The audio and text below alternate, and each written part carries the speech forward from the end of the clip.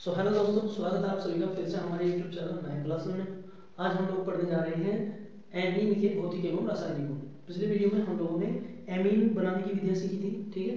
अब हम लोग पढ़ेंगे एमीन के रासायनिक व भौतिक गुण। तो देखिए, हम पहले भौतिक गुण लिखते हैं। निम्न एलिफेटिक एमीन मत्स्य गंध वाली गैस होती है। निम्न एलिफेटिक मतलब जो कार्बन श्रृंखला के द्वारा होते हैं, जैसे CH3 CH2 CH2 CH2 ये होते हैं ना कार्बन श्रृंखला।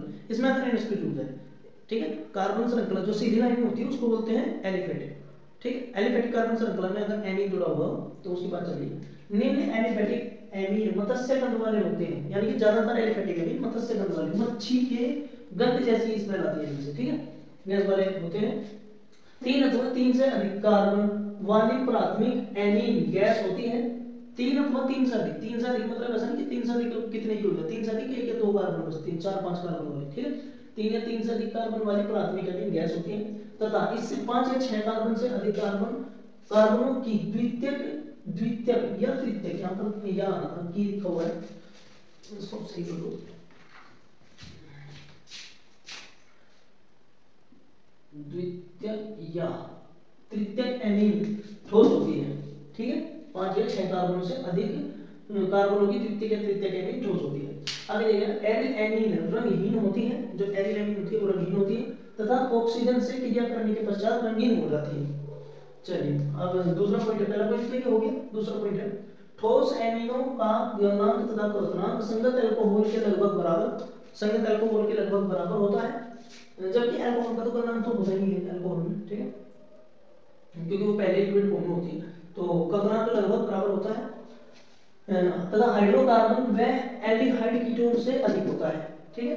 अल्कोहल के तो लगभग बराबर होगा एल तथा हाइड्रोकार्बन मतलब जो है कार्बन और हाइड्रोजन केवल ऐसी कार्बन श्रृंखला वह एल्डिहाइड कीटोन से अधिक होता है। एल्डिहाइड कीटोन में हाइड्रोजन बॉन्ड नहीं होता, इसलिए उससे अधिक होता है इसका फॉर्मूला। संगत अनुभार वाले एमीन में गलनांक व क्वथनांक का क्रम निम्न प्रकार है। जिनका अनुभार समान होता है ऐसे एमीन उनके गलनांक क्वथनांक निम्न प्रकार होते हैं। प्राथमिक का सबसे ज्यादा, द्वितीयक के उससे कम और तृतीयक का सबसे कम। गलनांक क्वथनांक सबसे ज्यादा प्राथमिक का, उससे कम द्वितीयक का, उससे भी कम तृतीयक का, ठीक है। इसके बाद फिर आता है विलयता, तीसरा पॉइंट, और इसमें ये बताया गया, देखिए, तथा कार्बन श्रृंखला बढ़ने पर गलनांक में क्वथनांक भी बढ़ता है। कार्बन श्रृंखला बढ़ने पर गलनांक क्वथनांक बढ़ता है। अब यहाँ जाइए विलयता निम्न सदस्यता प्राप्त एमीन जल में अधिक विलय होते हैं। जिनमें कार्बन कम होते हैं वो एमीन निम्न सदस्यता प्राप्त एमीन कहलाते हैं, और ऐसे एमीन क्या होते हैं, जल में अधिक विलय होते हैं, क्योंकि ये जल के साथ हाइड्रोजन आबंध बना लेते हैं तथा जैसे कार्बन श्रृंखला बढ़ती है इनकी जल में विलयता घटती जाती है। अगर कार्बन श्रृंखला बढ़ाती है तो इनकी जल में विलयता घट जाएगी। संगत अनुभार वाले एमीनों में विलयता का क्रम निम्न प्रकार होता है। संगत अनुभार मतलब जिनका अनुभार का समान हो, तो ऐसे एमीनों की जल में विलयता का क्रम होता है। प्राथमिक सबसे ज्यादा घुलेगा, द्वितीयक उससे कम और तृतीयक सबसे कम, ठीक है, क्योंकि प्राथमिक द्वितीयक तृतीयक में हाइड्रोजन बॉन्ड के ऊपर आप इनकी विलयता निर्भर करती है। तो चलिए आप लोग इसका स्क्रीनशॉट लीजिए, फिर मैं इसको बताता हूँ प्राथमिक ज्यादा क्यों बोलता है। लीजिए स्क्रीनशॉट। तो लास्ट में यहाँ पॉइंट लिखा होता है कि प्राथमिक द्वितीयक तृतीयक की विलयता कैसे होती है, जल में विलयता कम या ज्यादा कैसे होती है, उसको अब हम लोग यहाँ समझेंगे, ठीक है। आप लोग जो हम यहाँ करेंगे वो इस तीसरे गुण में ही कर सकते हैं। जो तीसरा नंबर का गुण था विलयता का, उसी के नीचे इसको लिख सकते हैं और समझ सकते हैं। इस प्रश्न को आपको अलग से पूछा जा सकता है कि आप समझाइए, बोर्ड में आ सकता है प्रश्न, समझाइए कि प्राथमिक द्वितीयक तृतीयक एमीनों की जल में विलयता किस प्रकार होती है, ठीक है। तो देखिए, प्राथमिक एमीन होता है ये CH3 CH2 नाइट्रोजन, और नाइट्रोजन पर जुड़े होते हैं 2 हाइड्रोजन, ऐसे, ठीक है। प्राथमिक एमीन से क्या अमोनिया से लेके चलते NH3, ये अमोनिया। देखिए, एक अकेला अमोनिया जल के अणुओं के साथ 3 हाइड्रोजन बॉन्डिंग बना सकता है। ये जल का एक मॉलिक्यूल है और ये इसके साथ हाइड्रोजन बॉन्डिंग बना सकता है। इसको बोलते हैं हाइड्रोजन बॉन्डिंग। ऑक्सीजन और हाइड्रोजन के बीच में एक्स्ट्रा जो बॉन्ड बनता है, देखिए ऑक्सीजन के बॉन्ड तो पूरे हैं यहाँ हाइड्रोजन के बॉन्ड पूरे हैं, लेकिन एक्स्ट्रा जो ये बॉन्ड बना लेते हैं उसको बोलते हैं हाइड्रोजन बॉन्डिंग।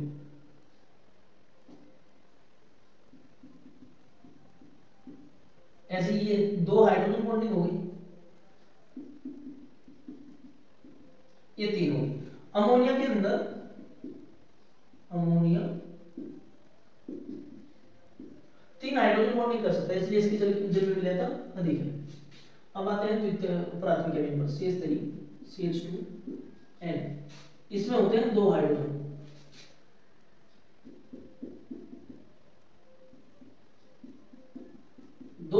होते हैं। तो देखिए ये 2 हाइड्रोजन बॉन्ड नहीं बना पाएगा, ठीक, 2 हाइड्रोजन बॉन्ड नहीं अगर बना पाएगा ये, तो इसकी जल में विलेयता कम हो जाती है अमोनिया के मुकाबले या अमोनिया की तुलना में। अब इसमें ये द्वितीयक हो गया, प्राथमिक है, द्वितीयक प्राथमिक एमीन। अब इसके बाद यहाँ द्वितीयक एमीन, तो नीचे CH3 CH2 nitrogen CH2 CH3 और ये हाइड्रोजन, एक अकेला हाइड्रोजन के साथ बनेगी, इसके साथ बनेगी हाइड्रोजन बॉन्ड, ठीक है। इसके बाद आएगा द्वितीयक एमीन, CH3 CH2 नाइट्रोजन, इसके ऊपर CH2 CH3, इसके नीचे CH2 CH3, एक भी हाइड्रोजन नहीं है तो एक भी हाइड्रोजन बॉन्डिंग नहीं बनेगी, ये द्वितीयक है, द्वितीयक और ये तृतीयक एमीन। तो देखिए अमोनिया में सबसे ज्यादा हाइड्रोजन बॉन्डिंग है तो ये जल के साथ ज्यादा घुलेगा, प्राथमिक में कम बॉन्डिंग है, हाइड्रोजन बॉन्डिंग है तो ये और कम घुलेगा, इसमें एक ही हाइड्रोजन बॉन्डिंग है तो ये बहुत ही कम घुलेगा, और तृतीयक एमीन में एक भी हाइड्रोजन आबंध नहीं है तो इसका एक भी आबंध नहीं बनेगा, ये नहीं घुलेगा, ठीक है। तो इस प्रकार से हम लोग समझा सकते हैं किसी को भी कि जल में अमोनिया एमीन की विलेयता कैसे होती है, संगत अनुभार वाले एमीनों में जल की विलेयता ऐसे, ठीक है। तो मैंने यहाँ ये एल्किल समूह यहाँ पर छोटे बड़े ले रखे हैं, मतलब कि अगर आप लोग चाहें जैसे कि इसमें कार्बन कितने हैं, तो 1 2 3 4 5 6, ठीक है। मैंने तो यहाँ कार्बन श्रृंखला लिख रखी है, आप लोगों को अगर इस बात को पेपर में समझाना पड़ जाए, मैंने तो कार्बन श्रृंखला लिख रखी है, ठीक है। अगर आप लोग इसको समझाना पड़ जाए पेपर में तो आप लोग इसको ऐसे कीजिएगा, नाइट्रोजन, ये यहाँ पे हाइड्रोजन, हाइड्रोजन बॉन्डिंग अमोनिया के लिए,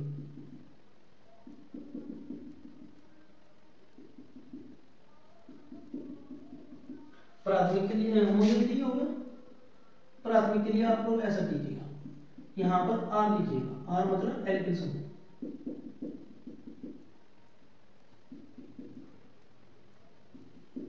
ठीक है। ऐसे ये द्वितीयक,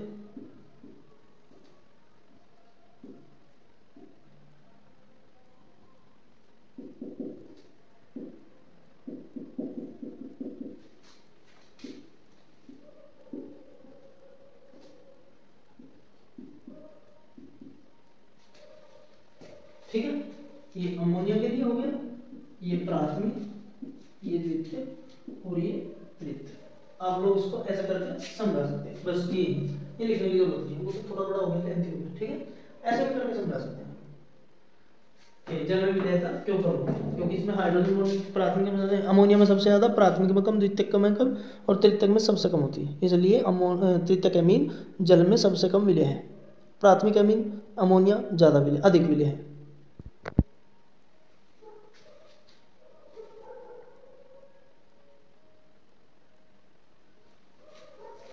चलिए अब नंबर आता है इसके एमीन की रासायनिक अभिक्रिया होगा, भौतिक गुण तो समझ हो गए, अब हम रासायनिक गुण पढ़ेंगे।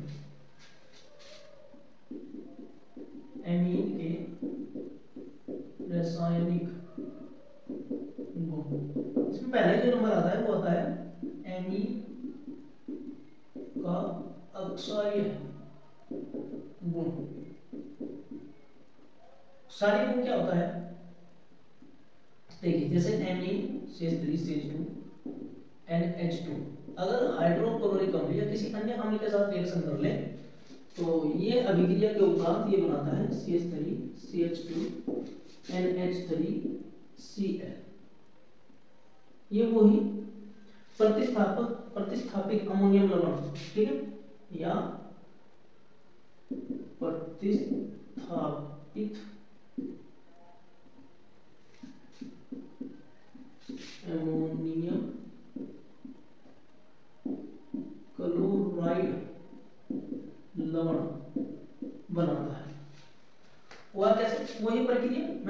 पहले भी समझा रखा, ये हाइड्रोजन हाइड्रोजन नाइट्रोजन, नाइट्रोजन पर जुड़े हुए हैं 2 हाइड्रोजन, ऐसे ऐसे नीचे की तरफ जोड़ दो, ऊपर जोड़ दो, यहाँ जोड़ दो। इसके पास 2 इलेक्ट्रॉन वहां पे होते हैं plus H positive Cl negative, इनके बीच का बॉन्ड टूटा ना ऐसे, क्लोरीन ने इलेक्ट्रॉन लिए तो ये नेगेटिव ये पॉजिटिव। अब जैसे कि हाइड्रोजन में पॉजिटिव आएगा तो ये क्या करेगा, ये अक्सार्य को दिखाएगा। अक्सार्य मतलब ये अपना इलेक्ट्रॉन हाइड्रोजन को देगा। जब ये अपना इलेक्ट्रॉन हाइड्रोजन को देता है तो ये होता है आयनीन का या नाइट्रोजन का अक्सार्य गुण, ठीक है। तो इसने अपना अक्सार्य गुण दिखा दिया क्योंकि इसने इसको इलेक्ट्रॉन दे दी तो ये पॉजिटिव हो गया, ठीक है। जब इलेक्ट्रॉन गया था तो पॉजिटिव इलेक्ट्रॉन मिल गया तो नेगेटिव पॉजिटिव नेगेटिव कैंसिल। अब इसके और इसके बीच में हो जाएगा बॉन्ड, तो ये इस प्रकार से होगा, CH3 नाइट्रोजन 2 हाइड्रोजन नीचे की तरफ, एक इलेक्ट्रॉन हाइड्रोजन को दे दिया और एक अपने पास रख लिया, इसके बीच बना बॉन्ड और इस पर आ गया पॉजिटिव चार्ज। अब जैसे इस पर पॉजिटिव चार्ज आएगा, ठीक है, तो क्लोरीन, मैं क्लोरीन को यहाँ लिखना प्लस में, क्लोरीन के पास देखो 6 इलेक्ट्रॉन होते हैं, 7 इलेक्ट्रॉन होते हैं, 6 यहाँ पे और एक यहाँ पे 7, 6 ये और एक ये 7 और एक इसने चिन्ह भी अभी हाइड्रोजन तो हो गए 8 और -4। अब ये माइनस वाला क्लोरीन इस नाइट्रोजन पर जुड़ेगा क्योंकि इसके पास इलेक्ट्रॉन की कमी है। अब क्लोरीन ने जो इलेक्ट्रॉन हाइड्रोजन से ले रखा उसे लेके अपने पास तो रखेगा, किसको देगा नाइट्रोजन को। तो ये नाइट्रोजन को इलेक्ट्रॉन मिला, ये नेगेटिव और ये पॉजिटिव एरो, ये बनेगा CH3 CH2 नाइट्रोजन, इस पर है 3 हाइड्रोजन और ये बन। तो इसने ये 5 बॉन्ड जो बना है वो इलेक्ट्रॉन को अपने इलेक्ट्रॉन हाइड्रोजन को देने के बाद बने, ठीक है। इसको बोलते हैं इलेक्ट्रॉन दान करना, ठीक है। इसने क्या किया, इलेक्ट्रॉन दान किया, और दान करने की विधि को क्या कहते हैं, अक्सार्य गुण। ये होता है किसी भी चीज का अक्सार्य गुण जो इलेक्ट्रॉन को देता है, ठीक है। किसी हाइड्रोजन पॉजिटिव को अगर इलेक्ट्रॉन दे दे तो ये अक्सार्य गुण कहलाता है। चलिए इसका स्क्रीनशॉट लीजिए, इसकी परिभाषा बता दूं मैं साथ के साथ, मैंने रखी ऊपर रह जाएगी। ये अमोनिया एमीन यदि हाइड्रोक्लोरिक अम्ल के साथ अभिक्रिया करता है तो प्रतिस्थापित अमोनियम क्लोराइड अम्ल बनाता है, ठीक है, जो कि एमीन का अक्सार्य गुण प्रदर्शित करता है। यही सभी क्रिया में एमीन का अक्सार्य गुण प्रदर्शित होता है। अब देखिए एमीन का अक्सार्य गुण तो हम लोग देखिए एरिलेमिन। अब देखते हैं एरिलेमिन होता है ये बेंजीन के ऊपर NH2 एरिलेमिन, इसको एनिलीन भी बोलते हैं, एनिलीन भी अगर किसी हाइड्रोक्लोरिक अम्ल के साथ रिएक्शन कर ले तो ये भी अक्सार्य गुण शो करता है, अक्सार्य गुण प्रदर्शित करता है, ठीक है। जैसे अभी नाइट्रोजन में इलेक्ट्रॉन दिए थे, बस जहां आप लोगों ने इसमें CH2 का रखा था और ये NH2 था, बस क्या कीजिए यहाँ इसकी जगह पे बेंजीन लगा दीजिए, ये साफ करके उसी अभिक्रिया में यहाँ पर बेंजीन लगा दीजिए तो मैकेनिज्म बन जाएगा, ठीक हो गया। तो आप लोग देखिए अगर एनिलीन भी हाइड्रोक्लोरिक अम्ल के साथ रिएक्शन करता है तो ये भी अक्सार्य गुण प्रदर्शित करता है, ठीक है।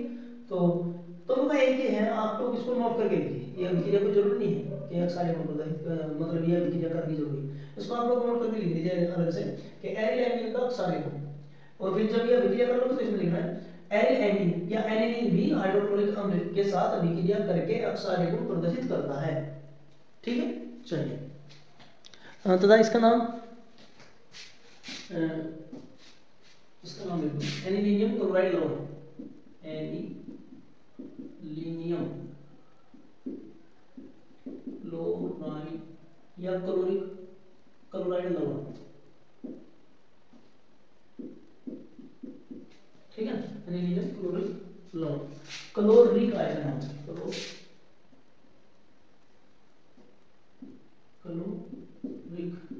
लवण, एनिलीनियम क्लोरिक लवण।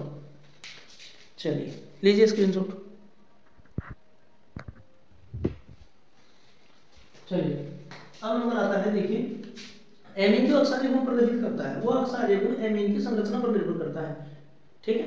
हम एमीन की संरचना को पता करके ये बात समझ सकते हैं कि एमीन अक्सार्य गुण क्यों प्रदर्शित कर रहा है, ठीक है। चलिए इसके लिए कुछ यहाँ पर लिखा गया है, एमीन के अक्सारता गुण कैसे संरचना से संबंधित होता है।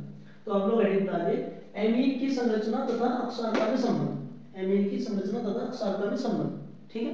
ये बोर्ड में बहुत बार पूछा जाता है कि एमीन की अक्सारता तथा संरचना में क्या संबंध है। तो चलिए एमीन की अक्सारता इनकी संरचना से संबंधित होती है, एमीन की संरचना अक्सारता संरचना से संबंधित होती है, ये संबंधित में थोड़ा वो था डाउट था ये है या ये है, आपको जो समझ में आए, जो संबंधित आपको ठीक लगे वो लिखिए। संबंधित होता है एमीन का अक्षारीय गुण अम्ल से प्रोटॉन ग्रहण कर धनायन बनाने की सहजता पर निर्भर करता है। मतलब एमीन प्रोटॉन से प्रोटॉन अम्ल से प्रोटॉन ग्रहण करके जितनी आसानी से धनायन बना सकता है, जितनी सहजता से धनायन बना सकता है, उस बात पर निर्भर करता है। तो यहाँ इसीलिए लिखा गया कि एमीन का अक्षारीय गुण अम्ल से प्रोटॉन ग्रहण कर धनायन बनाने की सहजता पर निर्भर करता है। एमीन की तुलना में धनायन जितना अधिक अस्थायी होता है, एमीन की तुलना में धनायन जितना अधिक अस्थायी होता है, एमीन उतना ही अधिक अक्षारीय होता है। ठीक है, आप लोग इसका स्क्रीनशॉट लीजिए, फिर हम लोग समझेंगे बेनाम अमोनिया की अक्षारकता।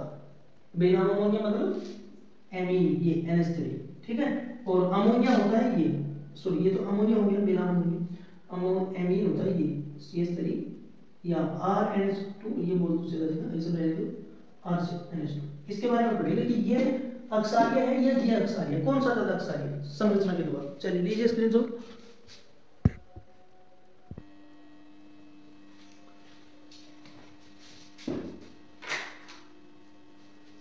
चलिए अब इसके बाद नंबर आता है एल्केन एमीन व बेनाम अमोनिया की संरचना तथा अक्षारकता में संबंध। जो हमने पहला हेडिंग किया है वो हेडिंग डेफिनेटली बड़ा हेडिंग है, उसके अंदर ही ये हेडिंग आता है। ठीक है, तो चलिए एल्केन एमीन व बेनाम अमोनिया की संरचना तथा अक्षारकता में संबंध हम लोगों ने पहले सब कुछ लिख रखा है ताकि टाइम वेस्ट ना हो।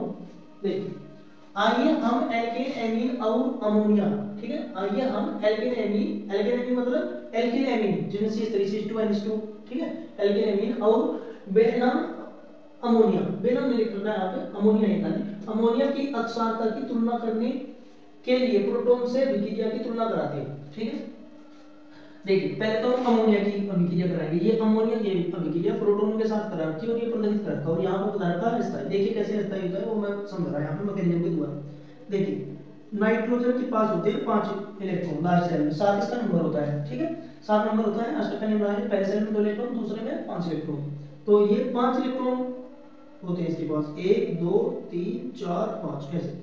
अब 5 इलेक्ट्रॉन होंगे तो इसके पास 3 इलेक्ट्रॉन कमी है, तो ये 3 हाइड्रोजन के साथ आबद्ध बनाता है ऐसे ये। अब बॉन्ड बनाने के बाद 1 2 3 4 5 6 7 8 इसके इलेक्ट्रॉन हो गए पूरे। ठीक है, 8 इलेक्ट्रॉन इसके कंप्लीट हो गए। अब 8 इलेक्ट्रॉन पूरे होने के पश्चात अगर कोई प्रोटॉन मतलब अम्ल के साथ अगर किसी के साथ अभिक्रिया करे तो अम्ल क्या देता है, तो H पॉजिटिव देता है और एक H पॉजिटिव एक प्रोटॉन के बराबर होता है। ठीक है, तो एक H पॉजिटिव एक प्रोटॉन के बराबर। ठीक, अब ये क्या करेगा, ये अमोनिया अपने इलेक्ट्रॉन युग्म, ये जो यहाँ पर इलेक्ट्रॉन युग्म है इनमें से एक इलेक्ट्रॉन इसको देगा।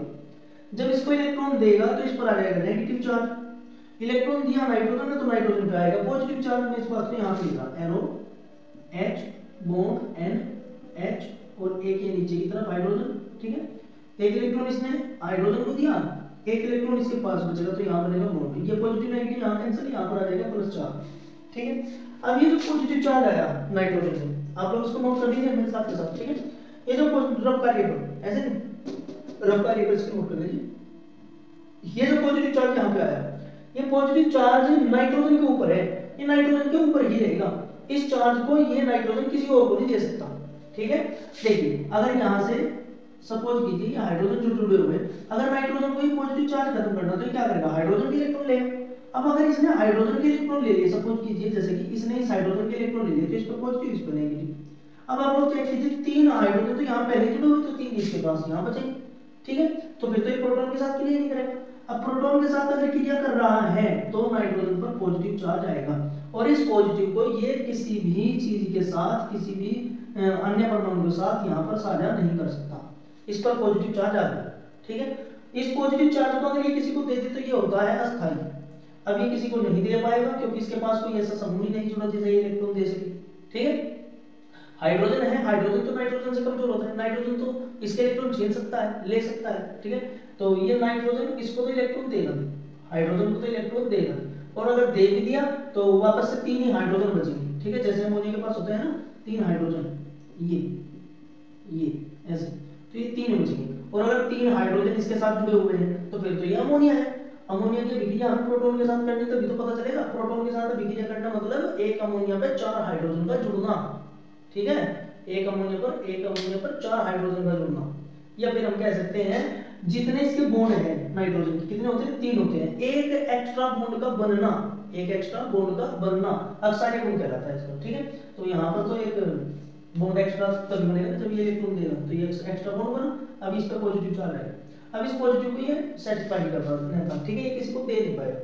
अब अगर हम इसकी जगह पे ले ले अमोनिया की जगह पे ले ले एमीन, तो एमीन के साथ देखते हैं क्या होगा।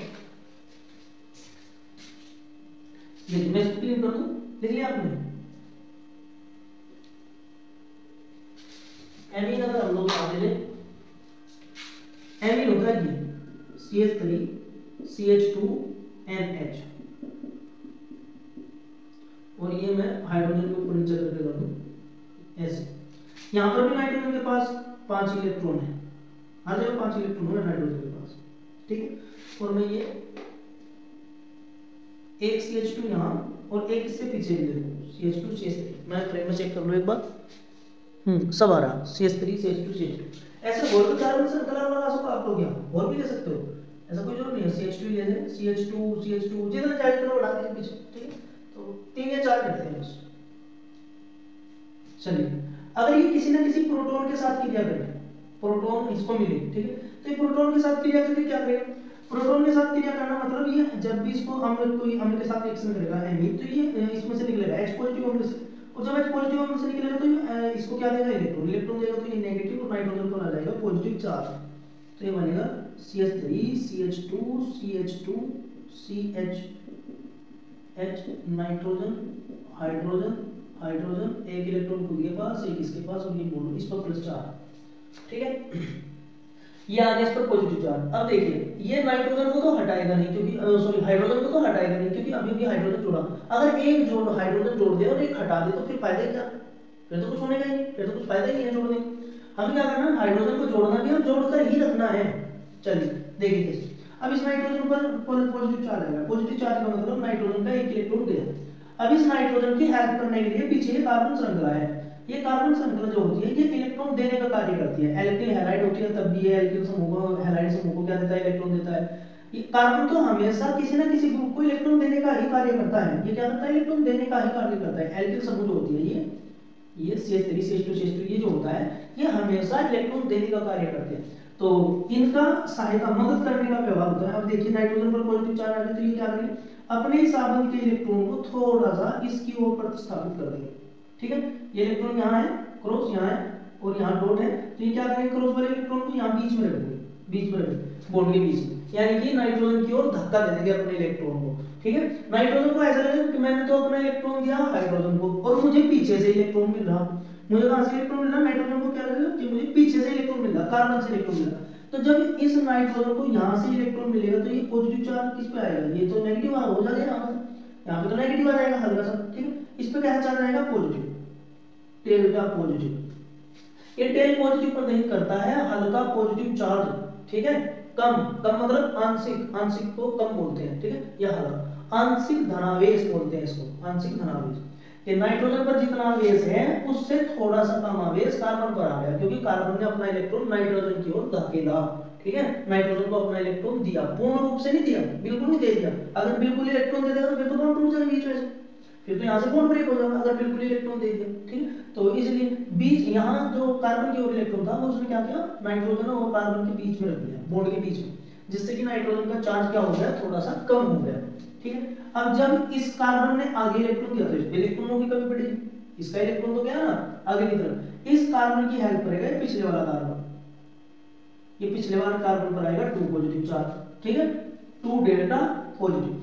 यानी कि इस कार्बन ने जैसे देखा कि भाई ये वाला कार्बन, ये पहले वाला कार्बन, ये दूसरा, ये तीसरा, दूसरे कार्बन ने देखा कि पहला कार्बन नाइट्रोजन की हेल्प कर रहा, ठीक है, तो इस पे इलेक्ट्रॉनों की कमी पड़ेगी पहले कार्बन पे, तो दूसरे कार्बन ने अपने इलेक्ट्रॉन पहले कार्बन की ओर धकेले, दूसरे कार्बन ने अपने इलेक्ट्रॉन पहले कार्बन की ओर धकेले, और इस पर जब ये उसकी ओर धक्का देगा, इलेक्ट्रॉनों को पहले कार्बन की ओर धक्का देगा, तो यहाँ पर क्या हो जाएगा, डबल डेल्टा चार्ज आ जाएगा, ठीक है, 2 डेल्टा पॉजिटिव।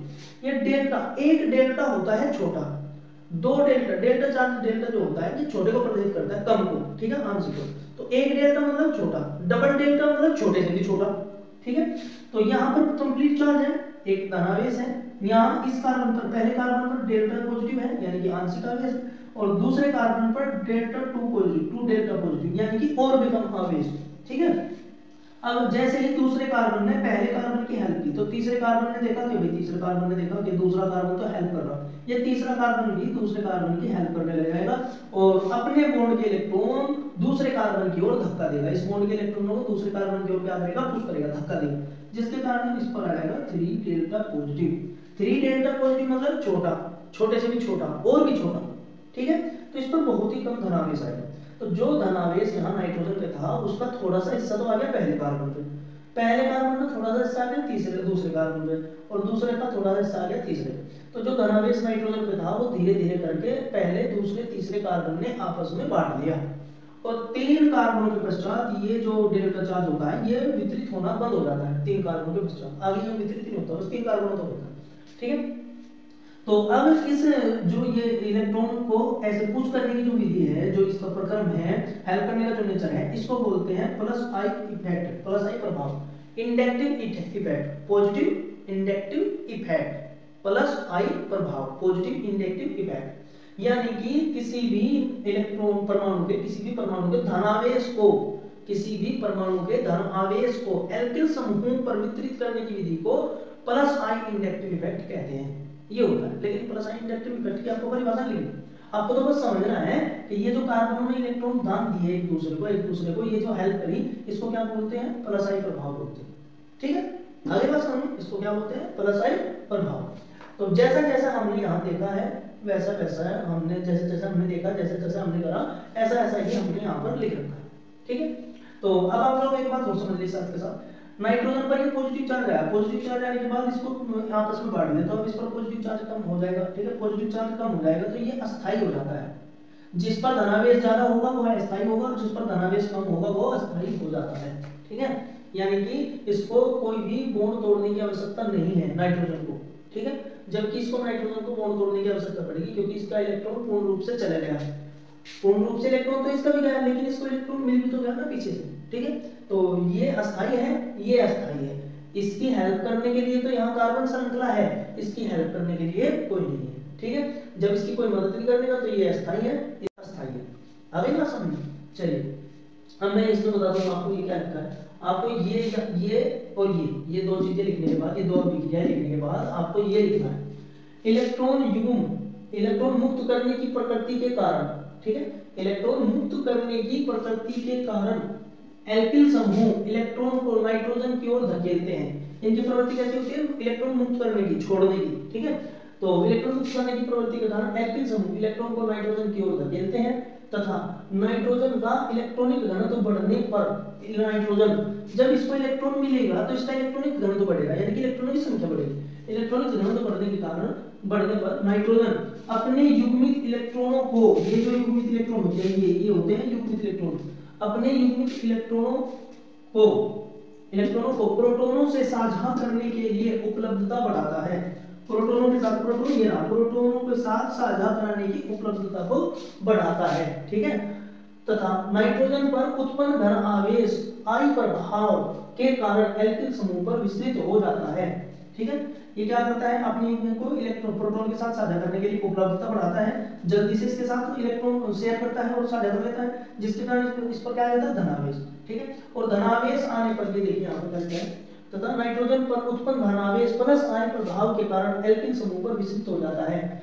प्लस आई प्रभाव इनका जो हेल्प करने का नेचर है, ठीक है, इलेक्ट्रॉन धक्का देने की जो विधि है, जो इनका नेचर है, प्रवृत्ति है, उसे बोलते हैं प्लस आई प्रभाव। प्लस आई प्रभाव के कारण विस्तृत हो जाता है, ये प्लस चार्ज सभी कार्बनों पर बढ़ जाता है, जिससे कि एमीन अस्थायित्व प्राप्त कर लेता है। ये जो एमीन है NH2, ठीक है, ये क्या हो जाता है, पॉजिटिव एमीन जो है नाइट्रोजन, ये एमीन है, ये क्या कर लेता है, अस्थायित्व प्राप्त कर लेता है, पूरा का पूरा अस्थायित्व प्राप्त कर लेता है इस चार्ज को बांट करके, कार्बन श्रृंखला में, और ये नाइट्रोजन अस्थायित्व प्राप्त कर लेता है। जबकि अमोनिया में आई प्रभाव नहीं होता, ये अमोनिया है, अमोनिया NH3, इसमें आई प्रभाव नहीं होता, क्योंकि इसके इलेक्ट्रॉन, इसका आवेश को कोई बांट नहीं सकता, आवेश में कोई आई प्रभाव नहीं होता, इसलिए वह अस्थायी है, इसलिए वह अस्थायी है। ये क्या है, अस्थायी। अब हम लोग इसमें एक लाइन और लिख लीजिए आप लोग, इस प्रकार, मैं आपको अगर नजर आ रहा हो, इस प्रकार एमीन एमीन अमोनिया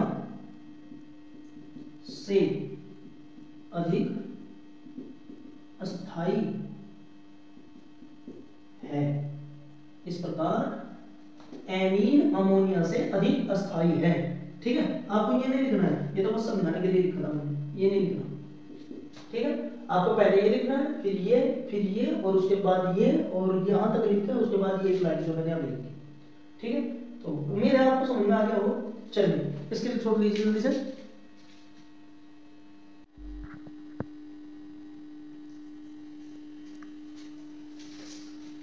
तो चलिए दोस्तों, अब नंबर आता है एनिलीन बेनाम अमोनिया की अक्षारता में संबंध। एनिलीन बेनाम अमोनिया की अक्षारता तथा संरचना में संबंध। ये एक बड़ा एक पेचीदा टॉपिक है, ठीक है, लेकिन पेपर में आता है और इंपॉर्टेंट है। देखिए पहले मैं इसकी थ्योरी पढ़ के सुना, उसके बाद आपको एक ही लाइन में सुनाऊंगा, उसके बाद मैं करके दिखाऊंगा क्या करना। एनिलीन का पीकेबी मान, पीकेबी मान होता है बेसिक डिसोसिएशन कांस्टेंट, यानी कि बेस पृथक्करण स्थिरांक का मान। ठीक है, बेस पृथक्करण स्थिरांक का मान ये होता है जिस चीज का पीकेबी मान, ठीक है, बेस डिसोसिएशन कांस्टेंट का मान ज्यादा होता है, वो ज्यादा अक्षारीय होता है। ठीक है, अब इसमें एनिलीन का पीकेबी मान बेस पृथक्करण स्थिरांक का मान बहुत अधिक होता है। ठीक है, यानी कि अधिक अक्षारीय है। ये जो हमने टेस्ट किया, पीकेबी मान अगर ज्यादा है तो इसका मतलब वो बेसिक ज्यादा है, वो अक्षारीय है। अक्षारीय होना मतलब ये किसी को भी अपने इलेक्ट्रॉन दान दे सकता है। नाइट्रोजन क्या करेगा, किसी को अपने इलेक्ट्रॉन दान दे सकता है। ठीक है, इलेक्ट्रॉन दान देने के गुण को कहते हैं अक्षारीय। तो ये अक्षारीय होगा, लेकिन इस बात को हम गलत प्रूव कर देंगे आगे चल के अनुनादी के जरिए। ठीक है, अनुनादी संरचना ज्यादा होने के कारण एनिलीन में इस बात को हम गलत कर देंगे कि पीकेबी मान ज्यादा होने के बावजूद भी एनिलीन अक्षारीय नहीं है। देखिए कैसे पीकेबी मान बहुत अधिक होता है। ऐसा इसलिए होता है क्योंकि बेंजीन पर NH2 समूह सीधे सीधे बेंजीन वलय से जुड़ा होता है। बेंजीन में यहां पे करेंगे, ठीक है, पर करेंगे बेंजीन में NH2 समूह सीधे सीधे बेंजीन वलय से जुड़ा होता है, जिसके कारण नाइट्रोजन के पास उपस्थित अयुग्मित इलेक्ट्रॉन बेंजीन वलय के साथ संयुग्मन कर लेते हैं, जिसके कारण नाइट्रोजन प्रोटॉन ग्रहण नहीं कर पाता। प्रोटॉन ग्रहण करना मतलब हाइड्रोजन पॉजिटिव के साथ क्रिया नहीं कर पाता तथा एनिलीन की 5 अनुनादी संरचनाएं बनती हैं, जबकि दूसरी ओर एनिलीनियम आयन की केवल 2 अनुनादी संरचनाएं होती हैं। हम जानते हैं कि जिसकी जितनी अधिक अनुनादी संरचनाएं होती हैं उसका अस्थायित्व उतना ही अधिक होता है। अतः एनिलीन का अक्षारीय गुण कम होता है क्योंकि इसमें 5 अनुनादी संरचनाएं हैं, जिनके कारण यह अधिक अस्थायी है। अब मैं आपको बता दें ये होता है एनिलीन।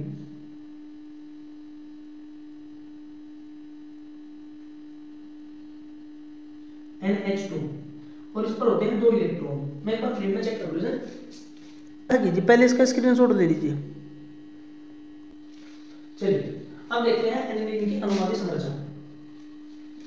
ये बनाया हमने एनिलीन, ये नाइट्रोजन, इस पर 2 इलेक्ट्रॉन और ये हाइड्रोजन। एनिलीन की अगर हमें अक्षारकता और संरचना में संबंध पढ़ना है तो इसके बारे में हमें संरचना बनानी पड़ेगी। चलो हमने संरचना बना ली। अब संरचना बनाने के बाद अक्षारकता का गुण होता है कि प्रोटॉनों को ग्रहण करना। प्रोटॉन ग्रहण करना मतलब हाइड्रोजन के साथ क्रिया करना, हाइड्रोजन पॉजिटिव के साथ। अब अगर यहाँ हाइड्रोजन पॉजिटिव आए और ये अपना एक इलेक्ट्रॉन इसको दे दे तो जो प्लस आगे इस पे है वो इस पर स्थानांतरित हो जाएगा, नाइट्रोजन पर प्लस चार्ज रहेगा, क्योंकि जो इलेक्ट्रॉन देगा उसको पॉजिटिव, जो इलेक्ट्रॉन लेगा उसका नेगेटिव, इसका तो चार्ज खत्म हो जाएगा, इस पे आ जाएगा। तो ये प्रोटॉनों को ग्रहण कर लेगा, ये बात कही जाएगी जब नाइट्रोजन पर प्लस आ जाएगा। ठीक है, तो हाइड्रोजन भाई साहब के आने से पहले ही ये नाइट्रोजन अपने इलेक्ट्रॉन बेंजीन वलय के कार्बन को दान में दे चुका होता है। अगर इसने पहले ही अपने इलेक्ट्रॉन यहां दान दे दिए तो ये इसको क्या देगा, इसको कुछ नहीं दे सकता। जब इसको कुछ दे नहीं सकता तो इसके साथ कोई रिएक्शन नहीं करेगा। चलिए छोड़िए, सब हो जाए। अब चेक कीजिए, इसने अपने इलेक्ट्रॉन यहां दिए तो ये इस प्रकार की संरचना बनेगी आगे। डबल बॉन्ड नाइट्रोजन NH2 और इस पर आएगा प्लस चार्ज। यहाँ पे इस तरीके से बॉन्ड है, मैं यहाँ का बॉन्ड मिला था अभी, इसको साफ कर दूं। ठीक है, यहाँ बॉन्ड लगाकर नहीं समझ जाएगा, मैं इसी चीज को यहाँ लिख रहा हूँ, डबल बॉन्ड NH2। चेक कीजिए, जब इसने इसको इलेक्ट्रॉन दिया तो इस पे तो माइनस चार्ज भी आएगा, देखिए इस पे माइनस आएगा, और नाइट्रोजन ने इलेक्ट्रॉन दान दिया तो नाइट्रोजन प्लस, मैंने नाइट्रोजन पे प्लस लगा दिया ये लो। ठीक है, कार्बन नेगेटिव नाइट्रोजन पॉजिटिव। अब चेक कीजिए नाइट्रोजन इसके कार्बन के बॉन्ड 1 2 3 4 5 बॉन्ड है, 5 बॉन्ड तो कार्बन बनाता है। अब कार्बन बॉन्ड तोड़ना पड़ेगा, ये दोनों बॉन्ड तो हम ब्रेक कर नहीं सकते। अगर ये बॉन्ड तोड़ दिए तो देखो एक बॉन्ड, अगर एक बॉन्ड तोड़ना है दो है यहाँ पे, एक तोड़ देंगे तो पहले से नहीं बच जाएगा, एक ही बॉन्ड इस तरीके तो पहले ही एक बॉन्ड तो पहले ही बनूंगा, तो इनको तो तोड़ नहीं सकते हैं। ये जो बेंजीन के बॉन्ड है ये बाहर वाले, इनको भी हम ब्रेक नहीं कर सकते, अगर हम ये तोड़ देंगे तो बेंजीन रिंग खराब हो जाएगी, बेंजीन मतलब बिगड़ जाएगा। अब बॉन्ड बचा कौन सा के अंदर, इस बॉन्ड को ब्रेक करा जा सकता है, ठीक है, ये जो अंदर के बॉन्ड हैं इनको ब्रेक किया जा सकता है बस, ठीक। तो चलिए इसको ब्रेक करने के लिए आप यहाँ चेक कीजिए, यहाँ बॉन्ड बड़े हो, यहाँ बॉन्ड बढ़ेंगे, ठीक है, बड़े हुए नहीं है, यहाँ बॉन्ड बढ़ेंगे, जैसे ये इलेक्ट्रॉन यहाँ आएगा तो यहाँ बॉन्ड बढ़ जाएंगे, ज्यादा हो जाएंगे, तो ये बॉन्ड हमें ब्रेक करना पड़ेगा, हम इस बॉन्ड को एडवांस में ब्रेक करेंगे ऐसे, यहाँ से इस बॉन्ड के इलेक्ट्रॉन अगले कार्बन को देंगे। अब अगला कार्बन कौन सा है, दूसरे नंबर का, ये पहला है ये दूसरा है, दूसरा कार्बन इलेक्ट्रॉन लेकर कौन सा अपने पास रखेगा, ये भी किसी ना किसी को देगा, ये किसको देगा, ये अगले को रेफर करेगा, अगले कार्बन को इलेक्ट्रॉन देगा, यानी कि यहाँ से इलेक्ट्रॉन यहाँ आएगा और यहाँ से इलेक्ट्रॉन यहाँ जाएगा। अब घुमा फिरा के इलेक्ट्रॉन मिले किसको रहा, इलेक्ट्रॉन तो तीसरे कार्बन को मिला ना, जो पहले कार्बन से चलेगा उसे दूसरा लेगा, दूसरे से हो जाएगा तीसरे पे, और जब हम डायरेक्ट तीसरे पे पहुंचा दे ऐसा, यहाँ से इलेक्ट्रॉन रेफर बाय 3, ठीक है, पहले से इलेक्ट्रॉन तीसरे की ओर ये कर देगा, तो मतलब जो बॉन्ड यहाँ पे है वो बॉन्ड ऐसे हो जाएगा नीचे की तरफ, जो ऐसे है वो ऐसे, ये यहाँ बनेगा ये बॉन्ड। अब जो इलेक्ट्रॉन पहले कार्बन से चला वो इसको मिला, किसको मिला, तीसरे कार्बन को, तो इस पर आ गया -4।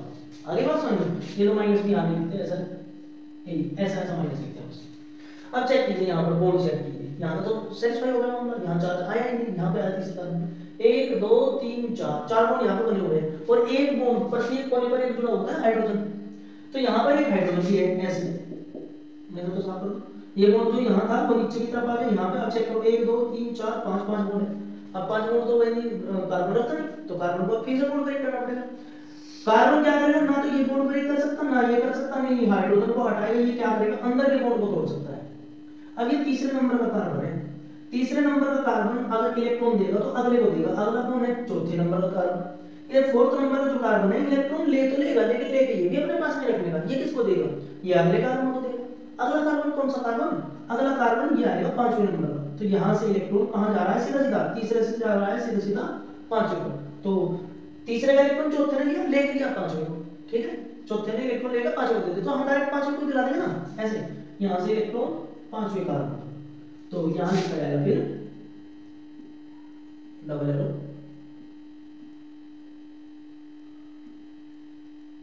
नाइट्रोजन डबल बॉन्ड, ये पॉजिटिव एस, ये बॉन्ड अभी भी बना, इसको तो ब्रेक कर सकते। चलो ये बॉन्ड जो यहाँ था ये इस तरफ की साइड जाए, इस साइड आ जाएगा, या अब जहाँ नेगेटिव था वहां तो आ जाएगा पॉजिटिव, ये पॉजिटिव नेगेटिव यहाँ हो जाएगा कैंसिल, और जहाँ कोई चार्ज नहीं था 5वें पे इसने इलेक्ट्रॉन लिया तो इसको आ जाएगा नेगेटिव ऐसे, और ऊपर भी यहाँ पे एक बॉन्ड है तो एक बॉन्ड यहाँ पे ऐसे लगा दीजिए। अब 5वें कार्बन की बॉन्ड चेक करो, मैं बना रहा हूं,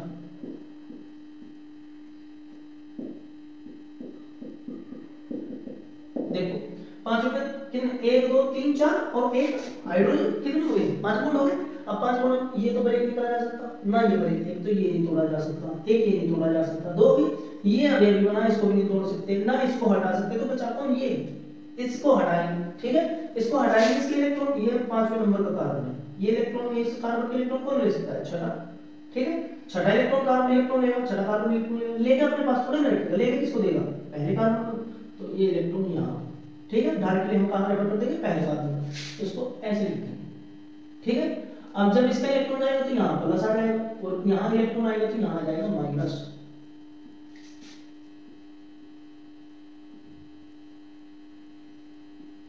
ये minus double bond NH2 positive. जैसे ही इस पर माइनस चार्ज आएगा, मैं प्रेम चेक कर एक बार, वो आ रहा क्या, आ जाएगा पूरा, इस पर माइनस चार्ज आएगा, यहाँ पे माइनस चार्ज आने के बाद इसके फिर से बॉन्ड बढ़ जाएंगे, तो 1 2 3 4 5 बॉन्ड हो गए, 5 बॉन्ड तो कार्बन रखता, अब इसे बॉन्ड ब्रेक करना पड़ेगा। अब देखिए हमने सब बात में तो बॉन्ड ब्रेक नहीं करना, स्टार्टिंग में तो हमने बोल दिया था कि अगर बॉन्ड को ही तोड़ दिया तो तोड़ने के बाद ये जो तो रह जाएगा, ये तो मतलब पहले जैसा ही हो जाएगा, NH3 के जैसा ही हो जाएगा, ठीक है, और सॉरी NH2 के जैसा ही हो जाएगा, सिंगल बॉन्ड ही रह जाएगा। यहाँ आके बॉन्ड तोड़ रहे हैं, यहाँ भी तोड़ रहे हैं, यहाँ आके बॉन्ड इसलिए तोड़ रहे हैं क्योंकि जो इलेक्ट्रॉन यहाँ से इसको मिले थे, ठीक है, वो इलेक्ट्रॉन घूमकर अलग अलग 3-4 कंडीशन में फैल चुका है, अब ये पुराना हो गया, वहां जाके बॉन्ड, अब वहां जाकर कैसा हो गया, बॉन्ड पुराना हो गया, ठीक है। अब हम जो इलेक्ट्रॉन नाइट्रोजन को वापस करेंगे ना, वापस रेफर करेंगे, वापस देंगे, वो इलेक्ट्रॉन वो वाला नहीं है जो नाइट्रोजन ने हमें दिया था, जो इलेक्ट्रॉन नाइट्रोजन ने दिया था वो हम रखेंगे अपने पास। देखिए नए पुराने बॉन्ड में थोड़ा सा अंतर कर देते हैं। ये तो है पुराना बॉन्ड और ये है नया बॉन्ड, जिसको काटा हो ना रे ना, ये नया वाला बॉन्ड है। अब इसमें से नया बॉन्ड तो रख लिया जाएगा और पुराना बॉन्ड तोड़ दिया जाएगा, ठीक है। चलिए यहाँ इलेक्ट्रॉन जाएगा तो ये बॉन्ड वापस इस पर आएगा माइनस, ये प्लस माइनस हो जाएगा कैंसिल, और इस पर आएगा प्लस, ये भी प्लस माइनस कैंसिल, तो ये दोबारा से बनेगा एनिलीन।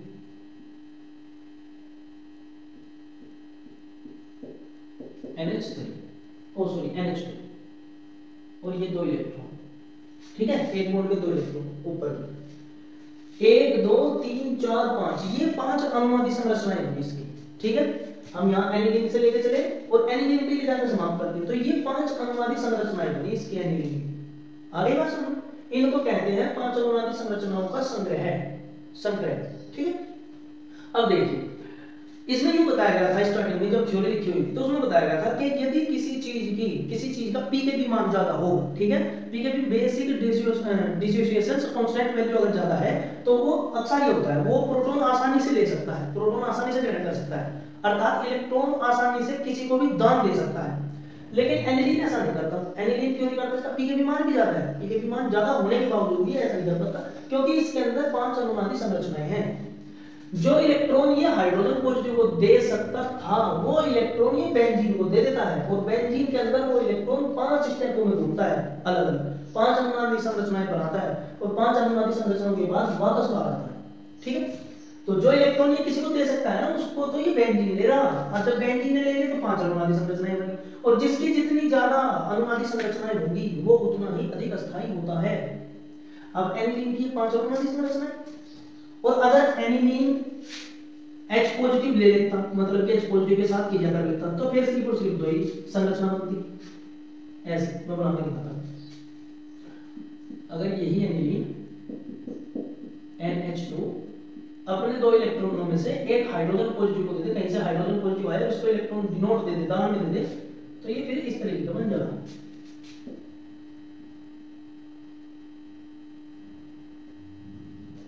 इलेक्ट्रॉन दान देने के बाद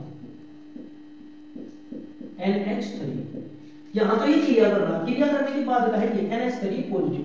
एक बार तो बॉन्ड बनेंगे ऐसे और एक बार बॉन्ड बनेंगे ऐसे, NH3 ये बॉन्ड को आगे कर दीजिए, ये वाले को एक स्टेप आगे और ये वाले को एक स्टेप आगे। इसमें बनी 2 अनुनादी संरचनाएं और इसमें बनी 5 अनुनादी संरचनाएं, और जिसकी जितनी ज्यादा अनुनादी संरचनाएं होंगी वो उतना ही अधिक अस्थायी होगा। अगली बात समझो, जिसकी जितनी ज्यादा अनुनादी संरचनाएं बनेगी वो उतना ही ज्यादा अस्थायी होगा। अब एनिलीन की 5 अनुनादी संरचनाएं हैं, अस्थायी वो होता है जो अपने इलेक्ट्रॉनों को किसी को दान ना दे, ठीक है, किसी प्रोटॉन को या किसी अन्य तत्व को दान ना दे, अन्य परमाणु को दान ना दे, वो अस्थायी होता है। अब ये तो किसी को इलेक्ट्रॉन नहीं दे रहा, या तो ये अपने ही जिसके साथ जुड़ रहा है उसी को तो शेयरिंग कर रहा, कोई बाहर से आकर इलेक्ट्रॉन ले रहा, तो ये अक्षारीय नहीं है। अक्षारीय वो होता है जो अपना इलेक्ट्रॉन किसी दूसरे को दे दे, वो अक्षारीय होता है, ये तो अक्षारीय नहीं है। अगर इसने इलेक्ट्रॉन दे दिया तो देने के बाद ये जो संरचना बनती है इनको बोलते हैं एनिलीनियम आयन, एनिलीनियम आयन, और ये होता है अस्थायी। अस्थायी मतलब जिसका पीकेबी मान कम होता है, मतलब जिसमें अनुनादी संरचनाएं कम होती है, ठीक है। जिसमें जितनी कम अनुनादी संरचनाएं होंगी वो उतना ही अधिक अक्षारीय होगा, और जिसमें जितनी अधिक अनुनादी संरचनाएं होंगी वो उतना ही कम अक्षारीय होगा। तो इसमें अनुनादी संरचनाएं कम इसलिए कम अक्षारीय है। ये बात हमने थ्योरी में पहले ही लिख रखी है, ठीक है। सारा कुछ एकदम काम कंप्लीट है, आप लोग इसकी स्ट्रक्चर बनाइए, पहले वो थ्योरी लिखिए उसके बाद ये संरचना बनाइए, ठीक है। चलिए नोट कीजिए इसको जल्दी से, स्क्रीनशॉट लीजिए।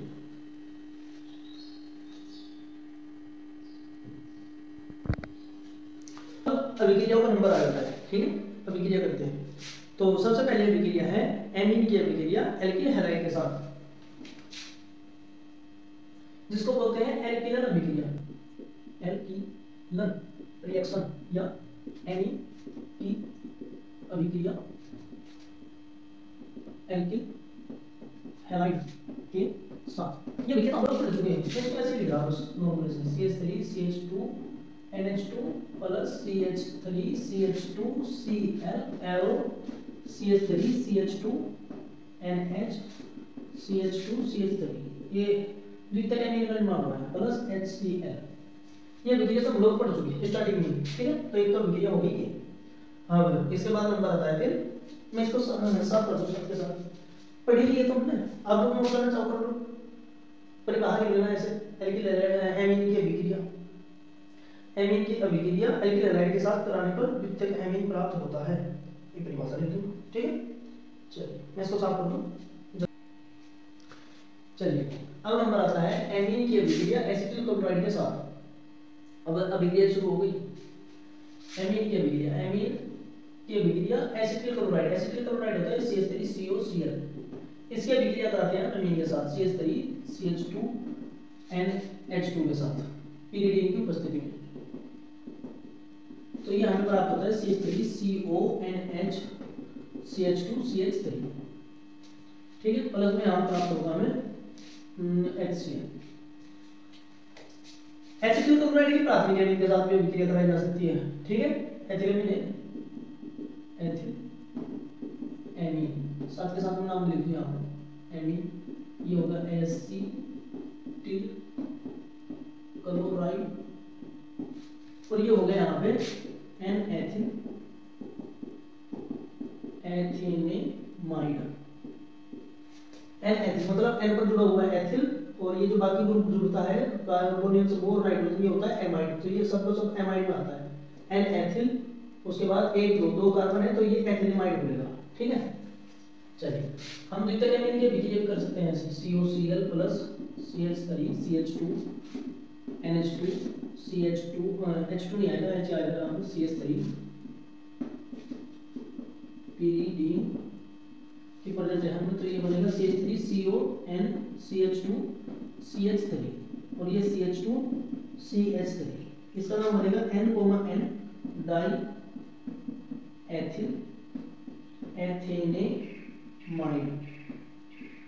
ये कैसे कैसे हुआ, ये हुआ N यानी कि N पर दो एथिल, N दो डाई एथिल, बचा क्या, ये कार्बन, ये नाइट्रोजन, ये कार्बन, और ये कार्बोनिल समूह की साइड वाले को बोलेंगे एमाइड, ठीक है। इसके साथ एमाइड जुड़ेगा, तो ये कितने कार्बन, दो कार्बन, एथेनेमाइड, ठीक है। दो कार्बन एथेन होता है, एथेन, एथ दो कार्बन, सिंगल सिंगल बॉन्ड है तो एथेन, और CO और नाइट्रोजन जब जुड़ते हैं तो ये बनता है, वो कार्बन समूह और नाइट्रोजन जुड़ते हैं तो ये बनता है एमाइड, तो इसके लिए जोड़ा गया है इसमें एथेनामाइड, तो एथेनेमाइड, ये एथेनेमाइड बना, N डाइएथिल एथेनेमाइड।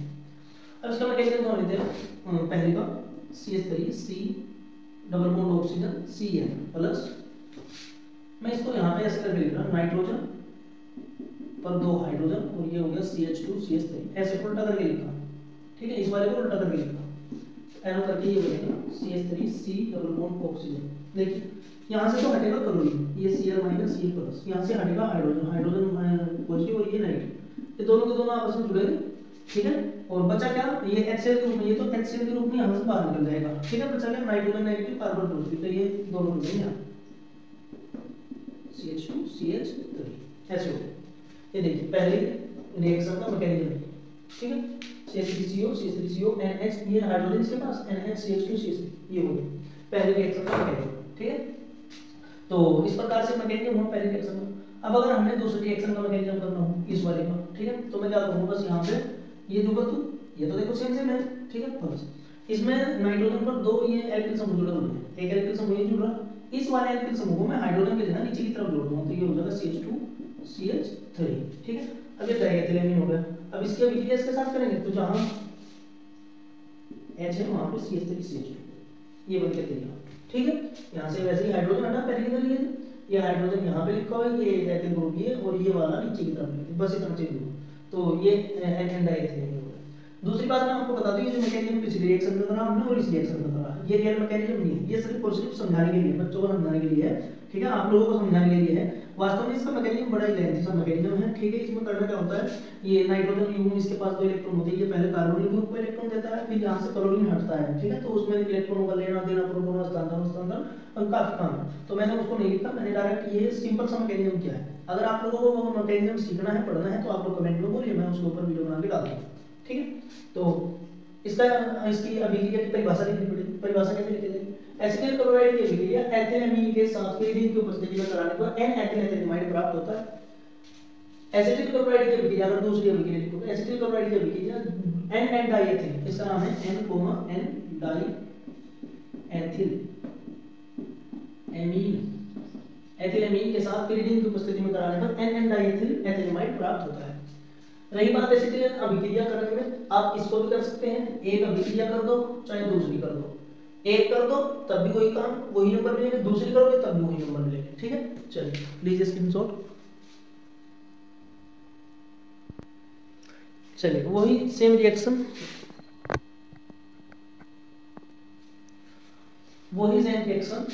दोबारा से करने जा रहे हैं। एल्मीन की अभिक्रिया एरिल एसिटिल क्लोराइड के साथ, यानी कि अगली बार एनिल लेंगे हम लोग यहाँ पे, एरिल मतलब ये COCl, इसको बेंजोइल क्लोराइड बोलते हैं, बेंजोइल क्लोराइड। इसकी अभिक्रिया यदि हम करवा दें C2CH3 CH2 NH2 के साथ pyridine की उपस्थिति में, तो ये प्राप्त होगा हमें CONHCH2CH3, इसका नाम बनेगा N-एथिल बेंजोएमाइड, ये इसका नाम होगा। कैसे होगा? ऐसे C double bond oxygen Cl plus में लिखेंगे यहाँ नाइट्रोजन पर है 2 हाइड्रोजन, एक यहाँ जोड़ देंगे एक नीचे की ओर, और ये CH2CH3, ये पॉजिटिव ये नेगेटिव ये पॉजिटिव, ये दोनों के दोनों आपस में जुड़ेंगे, HCl के रूप में बाहर निकल जाएंगे, -HCl, बचा हुआ पोर्शन सारा जुड़ जाएगा, C double bond oxygen nitrogen hydrogen CH2CH3, ठीक है। परिभाषा आप लोग लिख सकते हैं इसकी, बेंजोइल क्लोराइड की अभिक्रिया एथिलेमीन के साथ pyridine की उपस्थिति में कराने पर एन-एथिल बेंजोएमाइड प्राप्त होता है। लीजिए स्क्रीनशॉट।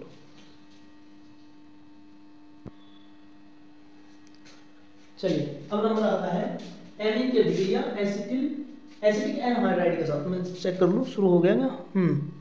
एसिटिक एनहाइड्राइड के साथ, ठीक है। तो एमीन की अभिक्रिया एसिटिक एनहाइड्राइड के साथ कर रहे हैं।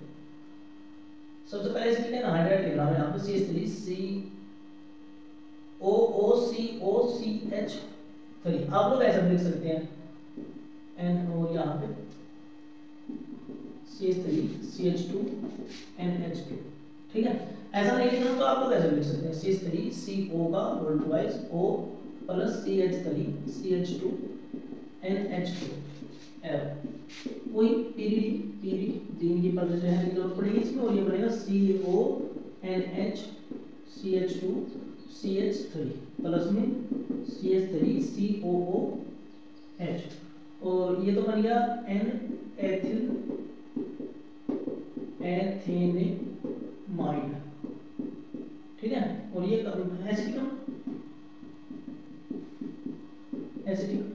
या एथेनोइक अम्ल भी ऐसा मैकेनिज्म देखिए इसको इस प्रकार से लिखा जाता है। ऑक्सीजन के दोनों ओर CH3 C double bond oxygen, ये देखो CH3 और CO का होल्ड वाइज, ये ऑक्सीजन ऊपर या नीचे होता है तो मैंने ऊपर लगा दिया, ठीक है। अब बिल्कुल ऐसे कितने हैं? 2, तो यहाँ पे डबल करके लगा दो इसको, एक इस तरफ और एक इस तरफ।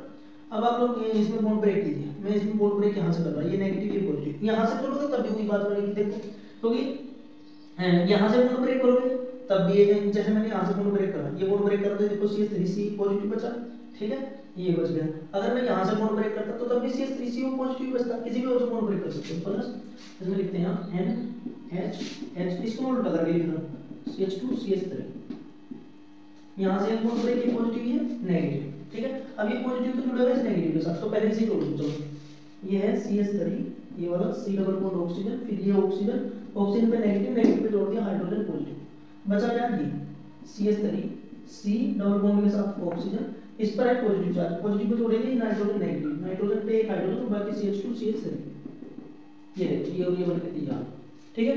परिभाषा एसिटिक एनहाइड्राइड की अभिक्रिया एमीन के साथ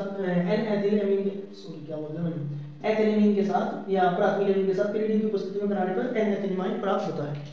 लीजिए स्क्रीनशॉट।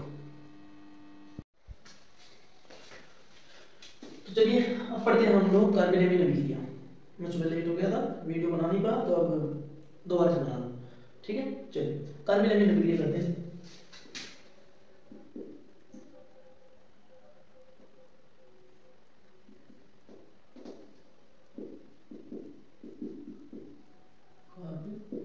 Amine reaction. तो फ्रेम में चेक कर लो सही आ रहा है नहीं। एकदम क्लियर है। Carbonyl amine reaction. तो कार्बोनिल एमीन रिएक्शन में क्या होता है, इसमें एमीन की अभिक्रिया CH3CH2NH2 इसकी अभिक्रिया क्लोरोफॉर्म के साथ कराई जाती है CHCl3 प्लस 3KOH या फिर यहाँ पे सोडियम हाइड्रोक्साइड। ठीक है, मैं मार्कर चेंज करूँ, दूसरा ले लूँ।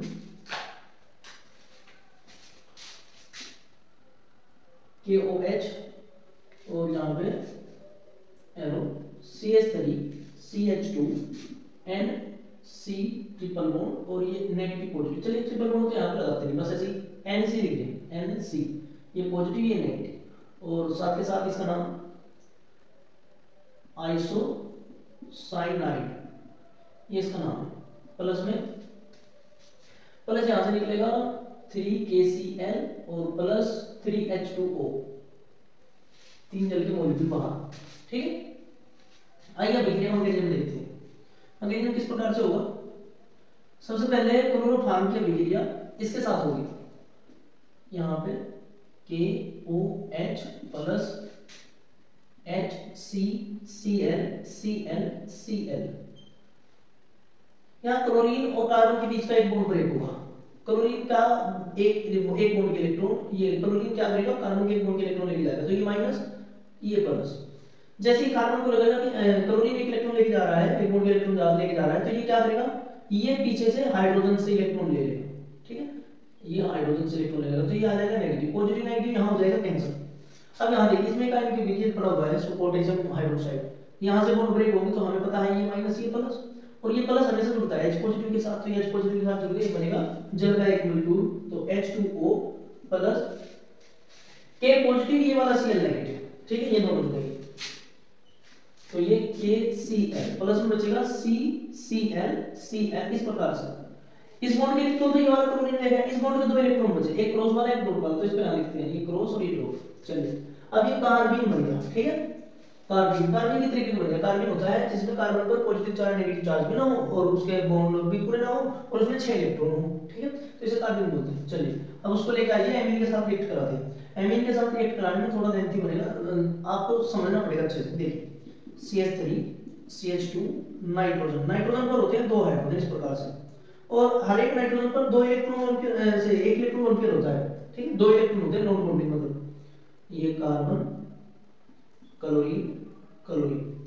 अब मैं इन दोनों इलेक्ट्रॉनों को यहाँ ऐसे लिख रहा हूँ साइड में। अब आप लोग चेक कीजिए, नाइट्रोजन की एक प्रकृति होती है, ये इलेक्ट्रॉन हमेशा बिलोंग करता है किसी ना किसी को, जो जिस पर भी इसको इलेक्ट्रॉन की कमी लगती है, तो यहाँ पर इलेक्ट्रॉन की कमी है कार्बन पर, तो ये क्या करेगा, कार्बन को इलेक्ट्रॉन देगा। जैसे ये कार्बन को इलेक्ट्रॉन देगा तो कार्बन हो जाएगा नेगेटिव और नाइट्रोजन हो जाएगा पॉजिटिव। अब नाइट्रोजन पॉजिटिव हो जाएगा, नाइट्रोजन पॉजिटिव चार्ज को अपने ऊपर नहीं लेता। ठीक है, नाइट्रोजन या तो अपने पॉजिटिव चार्ज को इलेक्ट्रिक ग्रुप को देता है, ये CH3CH2 जो इस तरफ है इसको इस पर वितरित कर देता है, या फिर ये क्या करता है, जो इसके पास हाइड्रोजन है इन हाइड्रोजनों के साथ रिएक्ट कर लेता है, हाइड्रोजन से इलेक्ट्रॉन ले लेता है, तो ये यहाँ से इलेक्ट्रॉन लेगा, जिसके कारण हाइड्रोजन पॉजिटिव और ये नाइट्रोजन पर आएगा नेगेटिव, पॉजिटिव नेगेटिव फिर से हो जाएगा कैंसिल। आगे बात समझो। अब साथ के साथ एक बात और ध्यान दीजिए, यहाँ पर यहाँ एक बॉन्ड में 2 इलेक्ट्रॉन है, तो ये दोनों इलेक्ट्रॉन नाइट्रोजन को मिलेंगे। ठीक है, एक नाइट्रोजन का खुद और एक इलेक्ट्रॉन इसने लिया हाइड्रोजन से। अब यहाँ चेक कीजिए, आगे की तरफ आइए, एरो यहाँ जो बचा हुआ है उसको मैं यहाँ चलो यहाँ पे लिखूंगा आगे की तरफ, मैं आगे लिखूंगा CH3 CH2, ये CH3 CH2 आगे से जुड़ा हुआ है नाइट्रोजन। ठीक है, नाइट्रोजन ने अपना एक इलेक्ट्रॉन कार्बन को दिया, तो यहाँ में कार्बन लिख दूं, इसके ऊपर क्लोरीन और ये क्लोरीन। नाइट्रोजन ने एक इलेक्ट्रॉन कार्बन को दिया, एक खुद के पास बचा, तो इनके बीच बना बॉन्ड, और यहाँ पर चेक कीजिए क्लोरीन के पास खुद के पास 2 इलेक्ट्रॉन है नॉन बॉन्डिंग, वो एडिशन है। हाइड्रोजन के पास क्या चार्ज है, पॉजिटिव चार्ज। ठीक है, हाइड्रोजन पॉजिटिव, यहाँ चेक कीजिए हाइड्रोजन पॉजिटिव। अब इसमें एक हाइड्रोजन नीचे की तरफ जुड़ा हुआ है, इस हाइड्रोजन के दोनों इलेक्ट्रॉन इसने लिए, तो हम यहाँ पे 2 इलेक्ट्रॉन ऐसे लगा देते हैं। आगे बात समझ। अब देखिए नाइट्रोजन पर जितने इलेक्ट्रॉन पहले थे 1 2 3 बॉन्ड थे और 2 इलेक्ट्रॉन नॉन बॉन्डेड थे, ऐसा कैसे ही बिल्कुल कोई चेंज नहीं हुआ, कोई दिक्कत की बात नहीं है।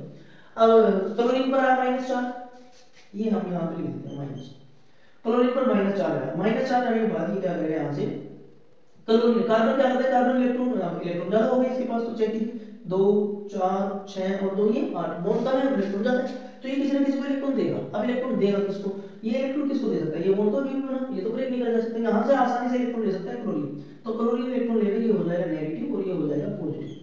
ठीक है, ये पॉजिटिव नेगेटिव यहाँ पर कैंसिल हो जाएगा ऐसे। अब ये कैंसिल तो हो रहा है, यहाँ पे पॉजिटिव नेगेटिव कैंसिल तो हो रहा है। कार्बन के पास दो इलेक्ट्रॉन नॉन बॉन्डिंग बचे हुए हैं, ये नॉन बॉन्डिंग जो इलेक्ट्रॉन बचे हुए हैं, कार्बन इनका क्या करेगा, कार्बन इनको हाइड्रोजन को देगा। ठीक है, कार्बन क्या करेगा, इनमें से एक को हाइड्रोजन को देगा, जिसके कारण कार्बन को दोबारा से क्या चार्ज आएगा, पॉजिटिव चार्ज आएगा। ठीक है, ये पॉजिटिव, यहाँ पे पॉजिटिव चार्ज, और इसको इलेक्ट्रॉन मिलेगा तो ये नेगेटिव, पॉजिटिव नेगेटिव कैंसिल। मैं यहाँ पे आगे की तरफ लिख रहा, शायद यहाँ से स्पेस नहीं है, नहीं नीचे की तरफ लिख रहा, फिर साफ करके दोबारा देखेंगे। CH3 ये नाइट्रोजन, नाइट्रोजन पर हाइड्रोजन, ये कार्बन, कार्बन पर एक क्लोरीन ऊपर की तरफ बॉन्ड लगा के, नीचे वाला क्लोरीन हट गया, तो मैं यहाँ लिख रहा Cl- या प्लस लिख दूंगा, अभी यहाँ पे लिखूँ प्लस Cl-, ये हो। ठीक है, Cl नेगेटिव यहाँ से लिख लो। अब इस पर जुड़ा यहाँ पे आगे ये यहाँ से हाइड्रोजन, एक इलेक्ट्रॉन इसको दिया गया, तो एक इलेक्ट्रॉन यहाँ पे, एक इलेक्ट्रॉन इसके पास बचा कार्बन के, तो वो मैं यहाँ लिखा। नीचे जो क्लोरीन था वो चला गया इलेक्ट्रॉन लेकर के, तो इस पर प्लस चार्ज आ गया दोबारा से। ठीक है, एक प्लस माइनस तो कैंसिल हो गया था। अब इसने इलेक्ट्रॉन दिया हाइड्रोजन को, तो इस पर आ गया पॉजिटिव चार्ज, वो हमने लिख दिया। अब यहाँ पर ये Cl- बचा हुआ है यहाँ पे। ठीक है, ये जो हाइड्रोजन पॉजिटिव था वो कार्बन के साथ, ये यहाँ कार्बन के साथ ही जुड़ गया, जो नाइट्रोजन से हटा वो कार्बन के साथ जुड़ा। सीधी सीधी बात है, जो नाइट्रोजन से हटा वो किसके साथ जुड़ा, वो कार्बन के साथ जुड़ा, और नाइट्रोजन तो कैसे बनेगी, बस यहाँ से क्लोरीन नेगेटिव निकला बाहर। ये सब इलेक्ट्रॉन ले करके देख करके क्या हुआ, क्लोरीन बाहर निकला और कार्बन पर आ गया पॉजिटिव चार्ज, बस इतना काम है। ठीक, आप लोग इसके स्क्रीनशॉट लीजिए जल्दी, फिर मैं आगे का कार्य करूंगा। चलिए, हो गया। देखिए इसमें एक दो चीजें साफ कर देते हैं, उसके बाद देखिए क्या होता है।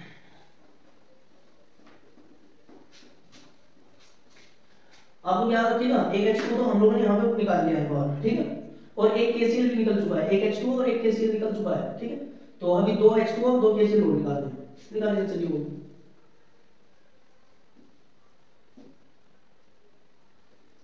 चलिए यहाँ पर जो है वो यहाँ दोबारा से लिख लेते हैं।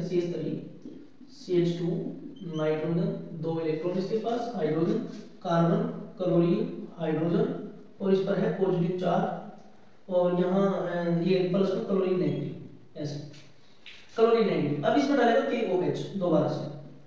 ठीक है, चलिए नाइट्रोजन की तो आदत है, नाइट्रोजन तो इलेक्ट्रॉन देता है, किसको इलेक्ट्रॉन देता है, जिस पर ये पॉजिटिव चार्ज देता है। पॉजिटिव किस पर है, कार्बन पर, तो ये इलेक्ट्रॉन देगा इसको। जब इसको इलेक्ट्रॉन मिलेगा तो ये नेगेटिव, नेगेटिव पॉजिटिव यहाँ से होता है कैंसिल, इस पर आ जाएगा प्लस चार्ज। अब ये नाइट्रोजन तो प्लस चार्ज को अफोर्ड नहीं कर पाता, ये तो प्लस चार्ज नहीं लेगा। ठीक, ये क्या करेगा, ये हाइड्रोजन का इलेक्ट्रॉन छीन लेगा। जब ये हाइड्रोजन से इलेक्ट्रॉन लेगा तो हाइड्रोजन का प्लस चार्ज आएगा और नाइट्रोजन पाएगा नेगेटिव, तो पॉजिटिव नेगेटिव हो जाएगा कैंसिल।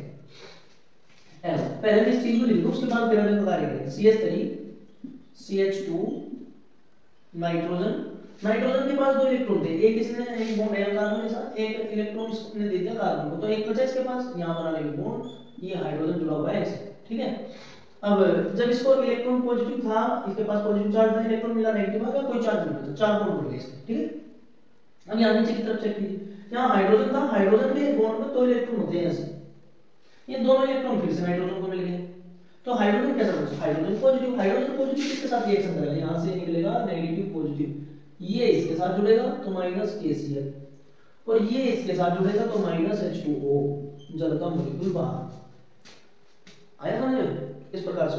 चलिए देखिए, एक KCl हमने पहले निकाल दिया, एक अब बाहर निकाल दिया, तो दो KCl निकल गए। ठीक, और दो H2O निकल गए। चलिए अब एक H2 और एक KCl बचा हुआ है, मैं इसको साफ कर दूं, आगे कार्य करते हैं। CH3 CH2 nitrogen, double bond carbon, ClH। अब इसमें क्या होगा, यहाँ पर नाइट्रोजन को फिर से दो इलेक्ट्रॉन मिले हुए हैं, वहां चेक कीजिए। नाइट्रोजन क्या करेगा, अब नाइट्रोजन दोबारा से इसको इलेक्ट्रॉन देगा, नाइट्रोजन इलेक्ट्रॉन तब देगा जब इसको इलेक्ट्रॉन कमी होगी, तो इस पर इलेक्ट्रॉनों की कमी कब होगी, इसका एक बॉन्ड ब्रेक होना चाहिए। कौन इससे इलेक्ट्रॉन छीन सकता है, इलेक्ट्रॉन छीनने वाला इससे सिर्फ एक चीज है, वो है क्लोरीन। क्या है वो, क्लोरीन, KOH डाल दिया इसमें, ये पॉजिटिव ये नेगेटिव।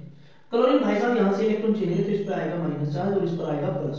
जैसे इस पर प्लस आएंगे, नाइट्रोजन भाई साहब बड़ी दयालु है कि इलेक्ट्रॉन देगी, तो इस पर आ जाएगा नेगेटिव पॉजिटिव कैंसिल, यहाँ बनेगा बॉन्ड, ये क्लोरीन नेगेटिव इलेक्ट्रॉन लेके देगा पोटेशियम को, यहाँ से निकलेगा ये माइनस KCl प्लस में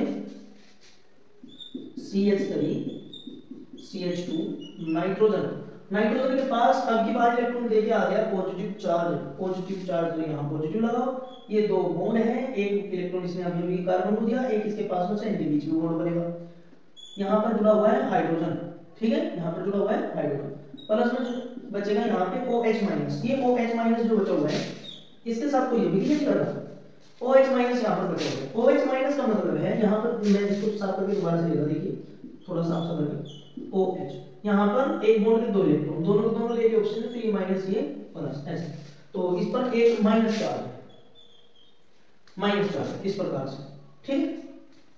चलिए अब ऑक्सीजन माइनस के साथ कौन जुड़ता है, ऑक्सीजन माइनस के साथ जुड़ता है हाइड्रोजन, तो हाइड्रोजन यहाँ से निकलेगा, यहाँ से हाइड्रोजन बाहर निकलेगा, तो हाइड्रोजन का इलेक्ट्रॉन लेगा कार्बन, तो ये होगा माइनस और ये होगा प्लस, और ये प्लस माइनस दोनों जुड़ेंगे, तो ये बनेगा CH3 CH2 nitrogen triple bond carbon negative nitrogen positive plus H2O, दो H2O पहले निकल चुके थे, एक पहले एक ये और एक कितने हो गए 3, ठीक है। अब आप लोग चेक कीजिए, दो KCl पहले निकल चुके थे, एक तो पहले निकल चुका था, एक ये और एक निकला ये, तो 3 KCl बाहर निकल चुके हैं, बचा क्या हमारे पास product CH3 CH2 and triple bond C isocyanide, इसी का नाम आइसोसाइनाइड है, ठीक है। तो इस प्रकार से कार्बोनिल अभिक्रिया होती है, ये बड़ी ही इंपॉर्टेंट रिएक्शन है। कार्बोनिल अभिक्रिया एक ऐसी अभिक्रिया जो प्राथमिक द्वितीयक एवं तृतीयक एमिनो में विभेद करा सकती है, ठीक है। तृतीयक में तो नहीं कराते, प्राथमिक और द्वितीयक में कराते हैं। इस अभिक्रिया को केवल और केवल प्राथमिक एमिन ही दे सकते हैं। तो अगर आपसे कोई पूछे कि प्राथमिक द्वितीयक एमिन में आप कैसे विभेद करोगे, एलिफेटिक कार्बन श्रृंखला में जो लंबी कार्बन श्रृंखला के एमिन होते हैं, तो अगर कोई प्राथमिक एमिन है तो वो कार्बोनिल अभिक्रिया देगा, और अगर कोई द्वितीयक एमिन है तो वो कार्बोनिल अभिक्रिया नहीं देगा। तो ये इसलिए बहुत ही ज्यादा इंपॉर्टेंट रिएक्शन है, ठीक है। आगे से डेफिनेशन की बात करें तो डेफिनेशन ऐसे लिखी जाएगी, एमीन की अभिक्रिया क्लोरोफॉर्म में हाइड्रोक्सी पोटेशियम हाइड्रोक्साइड के साथ कराने पर आइसोसाइनाइड प्राप्त होता है। इस अभिक्रिया को कार्बोनिल अभिक्रिया कहते हैं, ठीक है। चलिए लीजिए इसकी रिजल्ट। अब नंबर आता है नाइट्रस अम्ल के साथ एमीन की अभिक्रिया का। चलिए बहुत ही इंपॉर्टेंट रिएक्शन है ये, प्राथमिक एमीन और एल्केन में डिफरेंस करने के लिए यूज होती है। देखिए CH3 CH2 NH2 plus HNO2 NaNO2 plus HCl। ये जो अभिक्रिया लिख के दे रखी है CH3 CH2 और डायरेक्टली यहाँ पे OH लगा के दे रखा है मैंने, ठीक है। OH प्लस में निकाल रखा H2O और प्लस में N2 ऐसे ये निकाल के दे रखा, ठीक। एनसीईआरटी की बुक में मैं आपको दिखाऊं, यहाँ पे डायजोनियम क्लोराइड दे रखा थोड़ा सा बड़ा हल्का सा, ऐसे CH3 CH2 N2Cl ये दे रखा नेगेटिव पॉजिटिव, और इसके बाद में फिर ये यहाँ पे CH3 CH2 OH प्लस में H2O प्लस में N2 ये निकाल के दे रखा, और शायद एक HCl भी है ऐसे। मैं फ्रेम चेक कर लूँ एक बार, सब कुछ सही है। तो इस तरीके से रखा है एनसीईआरटी में, ठीक। अब इसमें जब एरो के ऊपर दे रखा है, इसका यूज इसमें करके दिखाया गया, एक HCl डाल के दिखाया गया, पता नहीं क्या है ये, तो इस तरीके से आधी अधूरी सी रिएक्शन लगे, समझ में नहीं आ रहा था। मैं इसका सही वर्जन दिखा रहा हूँ, सही वर्जन क्या है इसका, ये है CH3 CH2 plus NH2 plus, इसमें डाला जाता है, आप ये भी डाल सकते हो, ये भी NaNO2 ये भी डाल सकते हो, ये H2 ये भी डाल सकते हैं HNO2 प्लस में 2HCl। तो इससे इसकी अभिक्रिया करने के पश्चात ये ठंड होती है अभिक्रिया 273 डिग्री केल्विन से 278 केल्विन के बीच में, ठीक है। तो ये बनता है CH3 CH2 N2Cl plus NaCl, और ये तो ऊपर की अभिक्रिया का है, मैं इसको यहाँ से साफ करके यहीं पे प्लस में HCl, ठीक है। प्लस में निकलता है यहाँ से 2H2O ये बनता है। अब ये जो अभिक्रिया यहाँ पे हुई, ठीक है, देखिए यहाँ पे ये तो बना नहीं, अल्कोहल तो बना नहीं, ठीक है। ये बना एलिफैटिक डाइएजोनियम लवण, एलिफैटिक डाइएजोनियम लवण ये बन गई यहाँ, ठीक है। अब इसमें से ये 273 केल्विन 278 केल्विन पर ये होता है अस्थाई।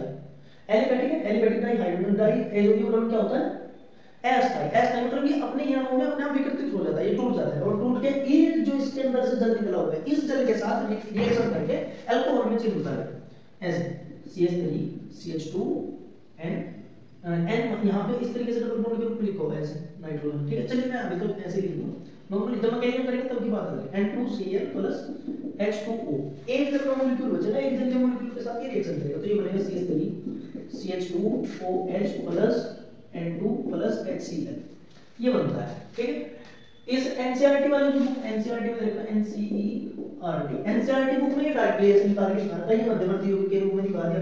इसमें ये हाइड्रोक्लोरिक अम्ल का एक ही अणु डाला जबकि इसमें डलने चाहिए दो। ठीक है, यहाँ जब दो मॉलिक्यूल बाहर निकले तो ये कुछ ठीक से लगे रिएक्शन, लेकिन है तो अब आईआईटी से बना रखी है तो बुक तो अच्छी है या हमारे समझने में कुछ त्रुटि है, इसको मेरे समझने में बिल्कुल ऐसे आएगी रिएक्शन।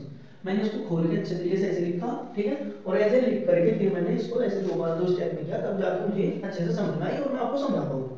हम इसका मैकेनिज्म करेंगे। अब हम इसको अगर ऐसे ना लिखना चाहते हो और दूसरे तरीके से लिख सकते हो तो दूसरा तरीका एक स्टेप में भी लिख सकते हैं। ये डाइएजोनियम लवण ये जो हमने बनाया है यहाँ पे, ये ना बना के दिखाओ क्या फर्क पड़ रहा है, इसको मत बना के दिखाओ डायरेक्टली, ये बनाओ, ये तो मध्यवर्ती यौगिक के रूप में कार्य कर रहा है, बनेगा टूटेगा, टूट के फिर ये बनेगा। चलिए हम इसको अगर ऐसा ना लिखना चाहते हो, ऐसा लिखना चाहते हो CH3 CH2 NH2, क्योंकि बच्चों को तो एडवांस चाहिए ना एकदम, NaNO2 + 2HCl। अगर ऐसा लिखोगे तो डायरेक्टली यहाँ पे निकाल दोगे CH3 CH2OH + N2 + NaCl + HCl + H2O, तो ये रिएक्शन एकदम सही है। अगली बात समझ में, तो भी एकदम रिएक्शन सही है। अब अगर आप लोग जो कन्वर्जन में जो हम यूज करते हैं, कन्वर्जन करते टाइम अभिक्रिया को यूज करते हैं, वो एक बड़ी सिंपल सी अभिक्रिया है, इसी का एक और सिंपल वर्जन है। ठीक, देखिए CH3 CH2 NH2 प्लस में डाल दीजिए HNO2, बस इतना डाल दीजिए, इतना काफी है। ऊपर लिख दीजिए NaNO2 + HCl। आपकी मर्जी है, लिख सकते हो तो लिख दो, नहीं लिखना चाहते कोई बात नहीं है, ना लिखो तब भी काम चलेगा। ये डाल दो, ये डाल दो, और ये आपका अल्कोहल तैयार, CH3 CH2OH + N2 गैस के रूप में बाहर। कन्वर्जन में हम इसका उपयोग करते हैं।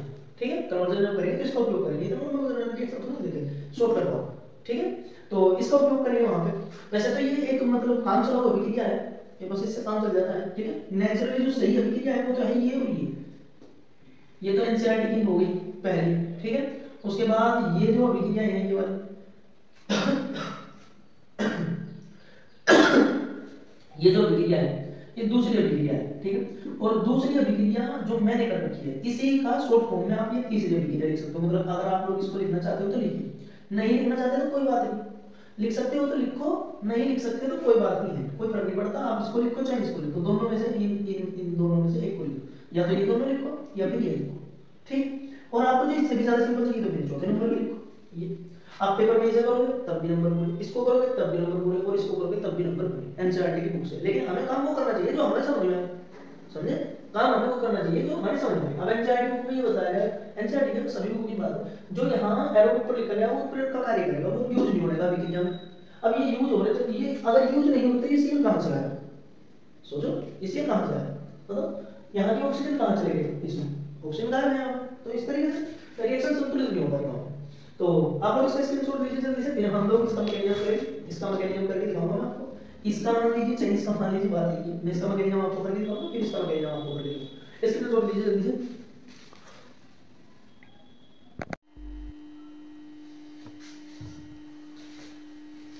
तो चलिए अब मैं इस वाले रिएक्शन का मैकेनिज्म करता हूँ। ठीक है, इस वाले का देखिए, इसको मैं आने का CH3 CH2 NH2 N पर हाइड्रोजन में ऐसे लिखूंगा, प्लस में NO2 NaON double bond oxygen ऐसे।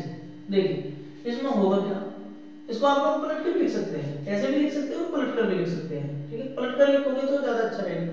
आप इसको ऐसे लिखिए चाहे फिर ऐसे इस प्रकार से लिख दीजिए, ऑक्सीजन नाइट्रोजन ऑक्सीजन और ये Na, समझने में आसानी रहेगी।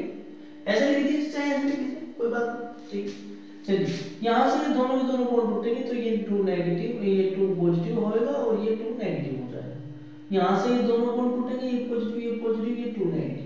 अब ये H पॉजिटिव वो नेगेटिव के साथ मिलके H2O के रूप में बाहर निकलेगा और ये बनेगा CH3 CH2 नाइट्रोजन पे जुड़ेगा ये पॉजिटिव नाइट्रोजन 2 बॉन्ड के साथ, और नाइट्रोजन पर है ऑक्सीजन पर है Na।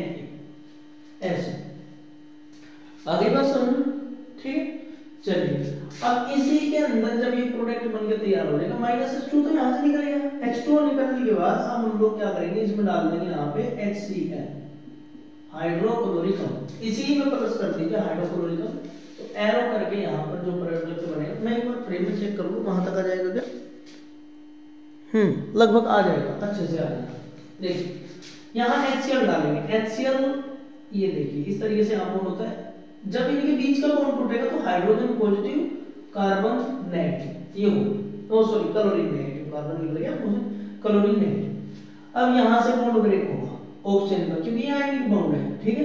ये जल्दी बॉन्ड ब्रेक होगा तो ये पॉजिटिव ये नेगेटिव, ये हाइड्रोजन पॉजिटिव किसके साथ जुड़ेगा, ऑक्सीजन नेगेटिव के साथ, और ये क्लोरीन सोडियम के साथ, तो ये बनेगा NaCl बन के ये तो बाहर है, NaCl तो निकल जाएगा बाहर, अंदर क्या बचेगा CH3 CH2 नाइट्रोजन पर डबल बॉन्ड के साथ नाइट्रोजन, और अगर चमक ना रहा हो फ्रेम से बाहर हम लोग निकल गए हो तो आप लोग देख लीजिए यहाँ नाइट्रोजन पर जुड़ा हुआ है यहाँ ऑक्सीजन, तो ऑक्सीजन जुड़ेगा इसके ऊपर, अब ऑक्सीजन पर जुड़ेगा ये हाइड्रोजन पॉजिटिव, बस ये चीज है। CH3 CH2 nitrogen double bond nitrogen OH। अब इसको यहाँ से उठाना है और यहाँ पर लेके आना है, जो वहां लिखा हुआ है मैं यहाँ लिख रहा हूँ अभी, CH3 CH2 N double bond nitrogen हो गए तो ऑक्सीजन और ये हाइड्रोजन। मैंने ये रिएक्शन की और यहाँ से इसको उठा के यहाँ लिख दिया।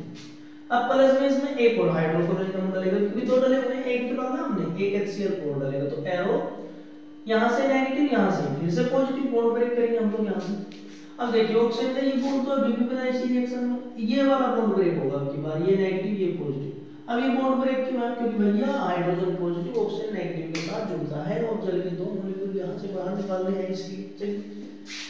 CH3 CH2 nitrogen double bond nitrogen है पॉजिटिव में जुड़ेगा क्लोरीन नेगेटिव, ये यहाँ से और ये यहाँ, तो ये हो जाएगा यहाँ Cl और -H2O ऐसे। अब ये बनेगा तैयार हुआ, ठीक है।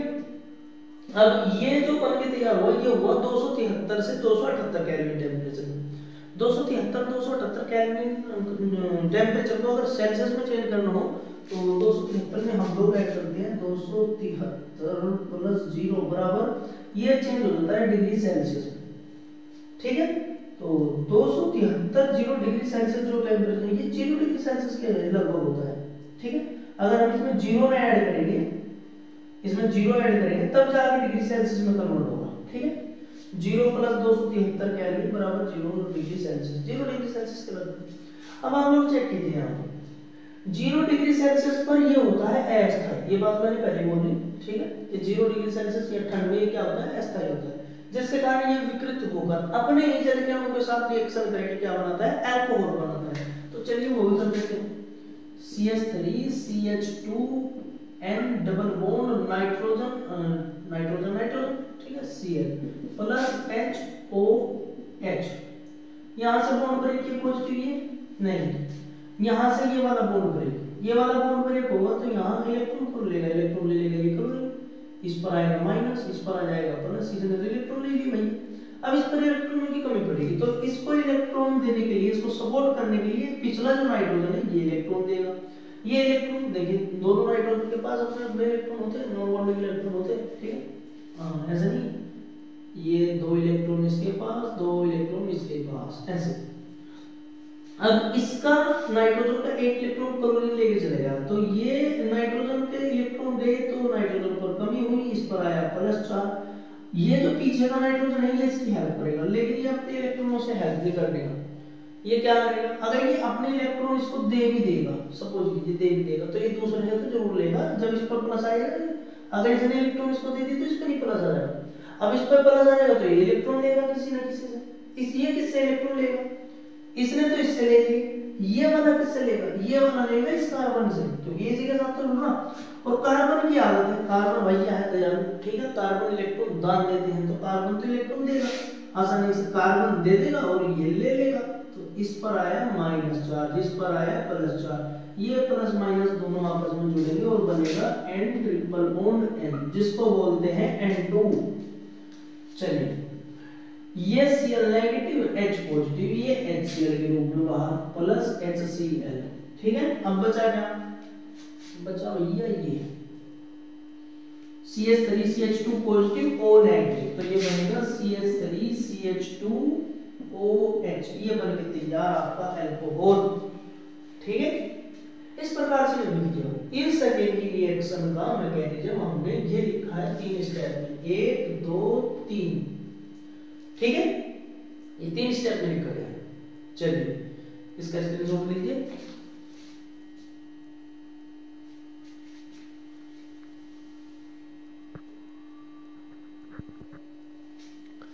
अब हम लोग देखते हैं इसकी चौथी रिएक्शन का मैकेनिज्म। ये काम चला हुआ है, ठीक, ये क्या है, ये काम चला हुआ रिएक्शन, सही रिएक्शन तो ये है, ठीक, और ये है काम चला हुआ रिएक्शन, बस काम चल जाता है इससे भैया, ठीक है। चलिए इसको लिखते हैं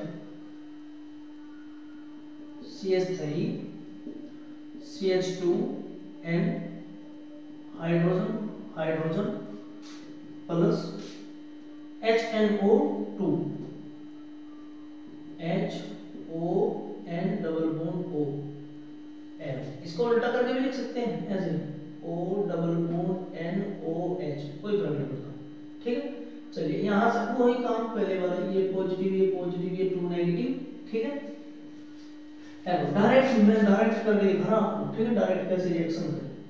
तो चलिए ये बनेगा CH3 CH2 nitrogen, nitrogen positive और ये वाला नाइट्रोजन मैंने इसको पॉजिटिव नेगेटिव चार्ज डाला है, यहाँ पे 2 नेगेटिव आएगा क्योंकि ये पॉजिटिव पॉजिटिव 2 नेगेटिव, ये नेगेटिव ये पॉजिटिव, यहाँ से H पॉजिटिव माइनस H2 हो गया में बाहर, ठीक है। और ये नाइट्रोजन नेगेटिव पे जुड़ेगा, ये नाइट्रोजन पॉजिटिव डबल बॉन्ड के साथ, तो ये जोड़ दिया। और नाइट्रोजन पर फिर है ऑक्सीजन, ऑक्सीजन पर फिर है OH, ठीक है। चलिए अब इसको लेकर आइए इस तरह। तो देखिए जो उस अभिक्रिया में बना था, इस वाले में बना था, यहाँ लास्ट प्रोडक्ट जिसको हम लेकर के इस तरफ आए थे, ठीक है। यहाँ पर उसमें क्या डाइहाइड्रोजन Cl जुड़ा हुआ था, क्या जुड़ा हुआ था, Cl। अब यहाँ पर जुड़ा हुआ है OH, Na N double bond है, N double bond nitrogen oxygen hydrogen, अब जुड़ा हुआ है। चलिए अगर इसके साथ रिएक्शन करेंगे, इसके साथ रिएक्शन करेंगे तो ये क्या करेगा, यहाँ से बॉन्ड ब्रेक करेंगे, ये बॉन्ड ब्रेक और ये वाला बॉन्ड ब्रेक, हमें निकालना है यहाँ से N2 बार। हमने पिछले रिएक्शन में देख लिया ना, रिएक्शन में N2 तो निकल रही है, तो चेक कीजिए किसकी नेगेटिविटी ज्यादा है, ये माइनस ये प्लस। अब इस पर प्लस इलेक्ट्रॉन कमी है तो ये नाइट्रोजन हेल्प करेगा, ये कहां से कैसे करेगा, ये पिछले नाइट्रोजन कार्बन से इलेक्ट्रॉन लेगा, कार्बन से इलेक्ट्रॉन लेगा तो ये नेगेटिव नेगेटिव पॉजिटिव दोनों जुड़ेंगे, तो N triple bond N plus में CH3 CH2 CH3 CH2 CH2 का इलेक्ट्रॉन गया तो जाने के बाद इस पर आया प्लस, और प्लस पे जुड़ेगा ये माइनस, तो ये बनेगा OH, ये बन गया तैयार CH3 CH2 OH, ठीक है। अब ये जो काम चलाओ रिएक्शन है, अगर आपको ये आसानी से याद रहती है तो इस रिएक्शन को याद कर लीजिए और पेपर में इसी को छाप दीजिए, ठीक है, आपको नंबर पूरे मिलेंगे। आगे बात सुन, हमने दोनों तरीके से कर ली रिएक्शन, इससे भी और इससे भी, जो सा आपको अच्छा लगे आप वो वाला कर दीजिए इसमें, ठीक है, जो आपको अच्छा लगे आप वो रिएक्शन कीजिए और आपके नंबर पूरे, ठीक है। आपको अगर ये याद है तो लिख दीजिए, नहीं है तो कोई बात नहीं, काम चलेगा तब, ठीक है। काम चला हुआ है लेकिन अच्छी है। मैंने तो पेपर में जब भी हम पेपर में बच्चों को कराते हैं तो हम यही कराते हैं, ठीक, अच्छी रिएक्शन है, आसानी से याद रहती है, कन्वर्जन में भी यूज होती है, इसको भी याद रखिएगा, ठीक है। अगर कोई बिल्कुल अच्छे से रिएक्शन पूछना चाहता है कि बेटा ये जो नियम लवण इसमें बनेगा नहीं बनेगा, कैसे बनेगा, ये जो सबसे ऊपर एनसीईआरटी की रिएक्शन लिखी हुई थी उसमें डाइहाइड्रोनियम लवण बनता है, तो तो वो कैसे बनेगा वो इससे पता चलेगा। ठीक है, चलिए नोट कीजिए इसको।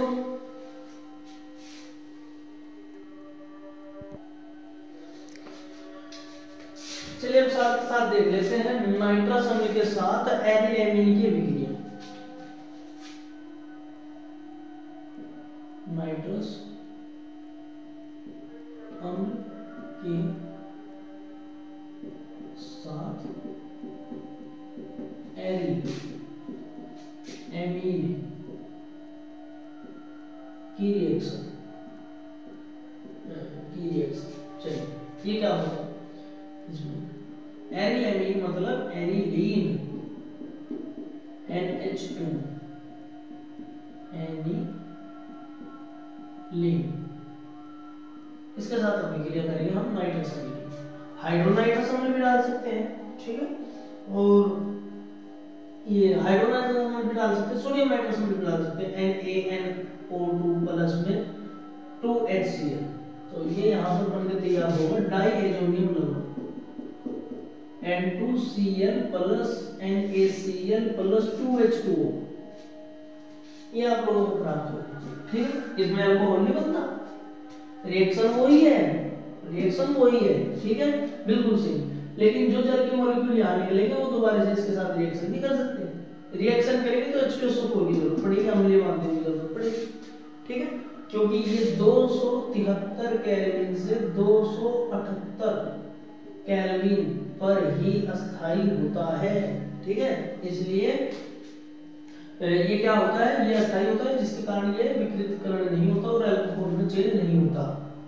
चलिए इसका मैकेनिज्म देख लेते हैं। इसका मैकेनिज्म बिल्कुल सेम वही प्रक्रिया है जो हमने पहले अपनाई थी। NO2 को NaO इस प्रकार से लिख दीजिए, चाहे इस प्रकार से लिख दीजिए, इसी को ऊपर लिख रहा हूं, ऑक्सीजन नाइट्रोजन नाइट्रोजन नाइट्रोजन नहीं, ऑक्सीजन यहाँ पे Na, देखिए उल्टा करके लिख दिया मैंने इसको। ये जो चीज यहाँ NaONO लिखी थी, इसको ONONA ये करके लिख दिया, उल्टा करके लिख दिया।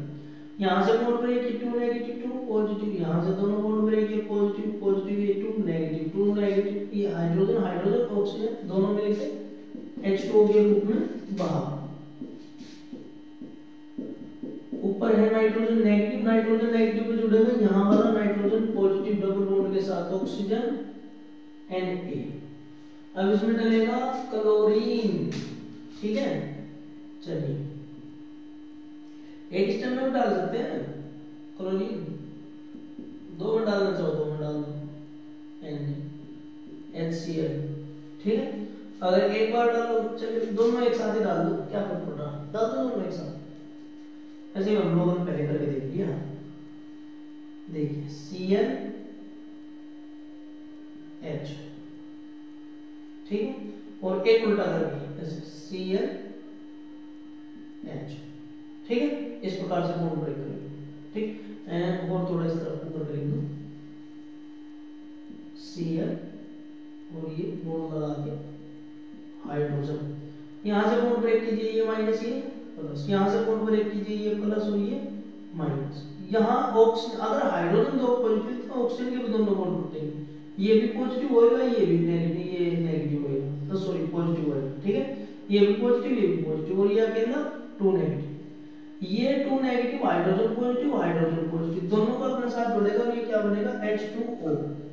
NaCl दोनों के दोनों एक साथ जुड़ेंगे NaCl के रूप में बाहर। ठीक है, बचा क्या बेंजीन के ऊपर नाइट्रोजन डबल बॉन्ड नाइट्रोजन, ये Cl नेगेटिव नाइट्रोजन पॉजिटिव के साथ जुड़ेगा। ठीक है, ये बना डाइएजोनियम लवण N बेंजीन N2Cl, ये डाइएजोनियम लवण। और ये क्या है, अस्थाई है। अस्थाई होने के कारण ये क्या देता है, ये फिनोल नहीं देता।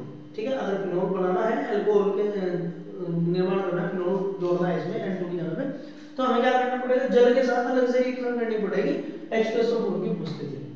ठीक है, तब जाके फिनोल देगा, ऐसे नहीं। तो ये नाइट्रस अम्ल परीक्षण है, ये एलिफेटिक एमीन भी देते हैं और इसको ये एरिल एमीन भी देते हैं, लेकिन दोनों में विभेद ये है, डाइएजोनियम लवण तो दोनों बनता है, एक अस्थाई है और एक अस्थाई है। ठीक है, इसका उपयोग फिर हम लोग उसमें जाकर करेंगे, कन्वर्जन करेंगे।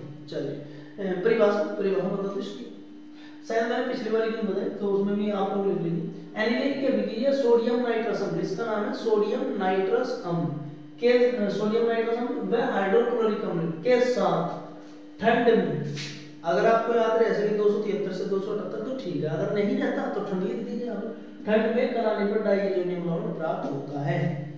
ठीक है, और अगर यहाँ H लगा देंगे HNO2 तो ये हो जाएगा हाइड्रोनाइट्रस अम्ल। चलिए लीजिए स्क्रीनशॉट। चलिए अब नंबर आता है हिग्सबर्ग अभिक्रिया का। हिग्सबर्ग अभिक्रिया, हिग्सबर्ग रिएक्शन काफी इंपॉर्टेंट है, बहुत है। आप लोग कह सकते हैं एरिसल्फोनिल क्लोराइड के साथ एमीन की रिएक्शन, ये बड़ी रिएक्शन है, ये भी विभेद करती है द्वितीयक एवं तृतीयक एमीन, प्राथमिक द्वितीयक तृतीयक एमीन में ये विभेद करके दिखा सकती है। चलिए कैसे, एरिल बेंजीन सल्फोनिक अम्ल होता है, ये एरिल बेंजीन सल्फोनिक अम्ल बोलते हैं इसको, ठीक है, या एरिल बेंजीन सल्फोनिक क्लोराइड, दोनों इसी का नाम है। S double bond oxygen chlorine plus इसमें डालते हैं हम लोग फिर एमीन, ये CH3 CH2 NH2, तो ये बनता है भैया S double bond oxygen nitrogen CH2, nitrogen पर एक हाइड्रोजन और CH3, जिसका नाम है N ethyl benzene sulphonamide, N ethyl benzene sulphonamide, ठीक है, और इसका नाम benzene sulphonyl chloride, benzene sulphonyl chloride, ठीक है। चलिए इसकी अभिक्रिया का मैं मैकेनिज्म आपको बताता हूँ। इसकी अभिक्रिया का मैकेनिज्म इस प्रकार से, बिल्कुल सिंपल मैकेनिज्म है, कोई ताकत आगे नहीं है, बिल्कुल एकदम इजी। प्लस में इसको उल्टा करके लिख दीजिए, मैं इसको उल्टा करके लिखूंगा ऐसे, N2 पहले लिखूंगा, ठीक है, N2 पहले लिखूंगा तो मैं यहाँ ऐसे लिखूंगा, N2 को ऐसे खोल के, ठीक है, और ये CH2 CH3, यहाँ से बॉन्ड ब्रेक पॉजिटिव, यहाँ से ये बॉन्ड ब्रेक नेगेटिव, ये पॉजिटिव ये नेगेटिव, हाइड्रोजन पॉजिटिव नेगेटिव दोनों जुड़ेंगे तो HCl के रूप में बाहर, और ये बचा S double bond oxygen sulphur positive pay जुड़ेगा, नाइट्रोजन नेगेटिव, नाइट्रोजन पर है हाइड्रोजन तो ये नीचे की तरफ भी रखें CH2 CH3, ये बन के देगा, ठीक है। चलिए अब इसी अभिक्रिया को द्वितीयक एमीन भी देते हैं, इस अभिक्रिया को द्वितीयक एमीन भी देते हैं, ठीक है। चलिए द्वितीयक एमीन कैसे करते हैं इसे बताओ। S double bond O Cl plus CH3 CH2 nitrogen hydrogen CH2 CH3 arrow sulphur double bond oxygen ऐसे, और ये नाइट्रोजन पे एक एल्किल समूह नीचे की तरफ और एक एल्किल समूह ऊपर की तरफ, और इसका जो नाम बनेगा वो बनेगा N, die ethyl, N, die ethyl benzene sulphonamide, ठीक है, और माइनस निकल रहा है यहां से HCl, यहां भी लिखा है, यहां भी माइनस HCl। पहली रिएक्शन हम लोगों ने की, एक हाइड्रोजन हटा नाइट्रोजन से, नाइट्रोजन इसके साथ जुड़ा, ये बना N बेंजीन सल्फोनेमाइड। दूसरी रिएक्शन हम लोगों की द्वितीयक एमीन की, जैसे यहां से एक हाइड्रोजन हटा ऐसे यहां से भी एक हाइड्रोजन हटेगा, यहां से हाइड्रोजन हटेगा तो हाइड्रोजन हटके ये बनेगा N डाइएथिल बेंजीन सल्फोनेमाइड। आप लोग जल्दी से एक काम कीजिए, इसका स्क्रीनशॉट लीजिए सबसे पहले, हो गया। चलिए अब इसका स्क्रीनशॉट लेने के बाद मैं यहां से द्वितीयक एमीन बना रहा हूं, यहां से ये H हटा करके दूसरी इस समीकरण का मैकेनिज्म हो जाएगा CH2 CH3, एक CH2 CH3 तो ये रहा, और ये जो पीछे वाला है ये मैंने नीचे कर दिया और हाइड्रोजन को इस साइड में लिख दिया। अब ये जैसे जैसे यहाँ है CH2 ऐसे ही यहाँ अलग कर दिया, CH2 CH3 दूसरी रिएक्शन का मैकेनिज्म तैयार, ठीक है। चलिए अब इसकी परिभाषा की बात आती है। परिभाषा को समझने से पहले आप लोग ये चेक कीजिए, जब तक नाइट्रोजन के पास हाइड्रोजन होगा, तब तक ये अम्लीय गुण प्रदर्शित करेगा। यहाँ नाइट्रोजन के पास हाइड्रोजन है तो ये अम्लीय है, यहाँ नाइट्रोजन के पास हाइड्रोजन नहीं है तो यह अम्लीय नहीं है। आगे बात समझो, क्योंकि अम्ल वही होता है जो हाइड्रोजन पॉजिटिव है, तो यहाँ तो हाइड्रोजन है ही नहीं तो ये अम्लीय भी नहीं है, यहाँ हाइड्रोजन है तो ये अम्लीय है। चलिए अब इसकी परिभाषा कैसे लिखी जाए। बेंजीन सल्फोनिल क्लोराइड की अभिक्रिया एमीन के साथ कराने पर N-एथिल बेंजीन सल्फोनिमाइड बनता है, जो कि एक प्रबल अम्ल की तरह व्यवहार करता है क्योंकि नाइट्रोजन पर एक हाइड्रोजन उपस्थित है। परिभाषा कंप्लीट।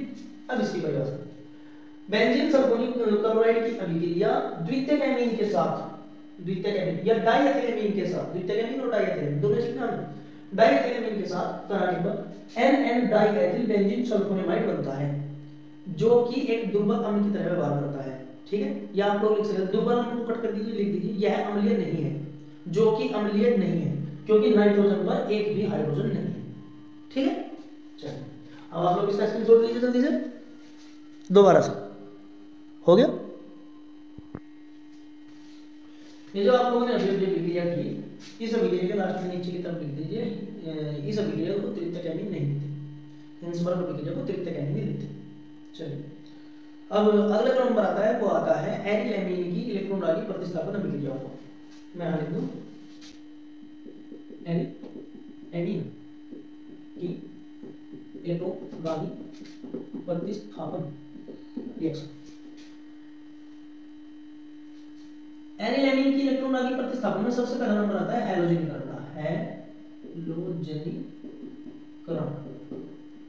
या ब्रोमनीकरण। हैलोजनीकरण ब्रोमनीकरण एक ही बात है, ब्रोमनीकरण भी आप लिख सकते हैं। तो ये एनिलीन है और हम इसकी अभिक्रिया करेंगे Br2 के साथ। अगर कम मात्रा में करेंगे तो हमें जो प्राप्त होगा वो होगा ये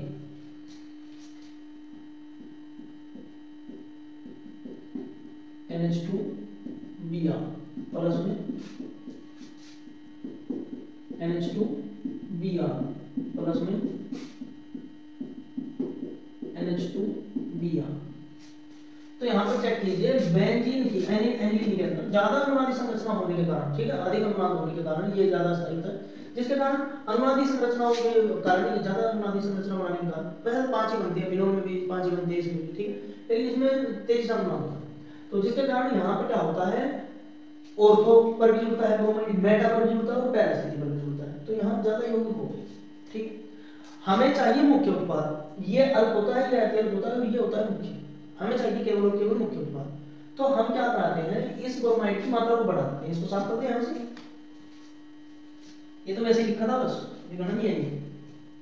हम इसमें ब्रोमाइड की मात्रा को बढ़ाते हैं, तो ब्रोमाइड की मात्रा बढ़ाने पर ये दूसरा प्रोडक्ट बन गया, ये बन के तैयार हो गया, प्लस में निकला 3BrHBr, इसका नाम बना 2,4,6 ट्राई ब्रोमो, अरे ब्रोमो लिख दिया, ब्रोमो एनिलीन,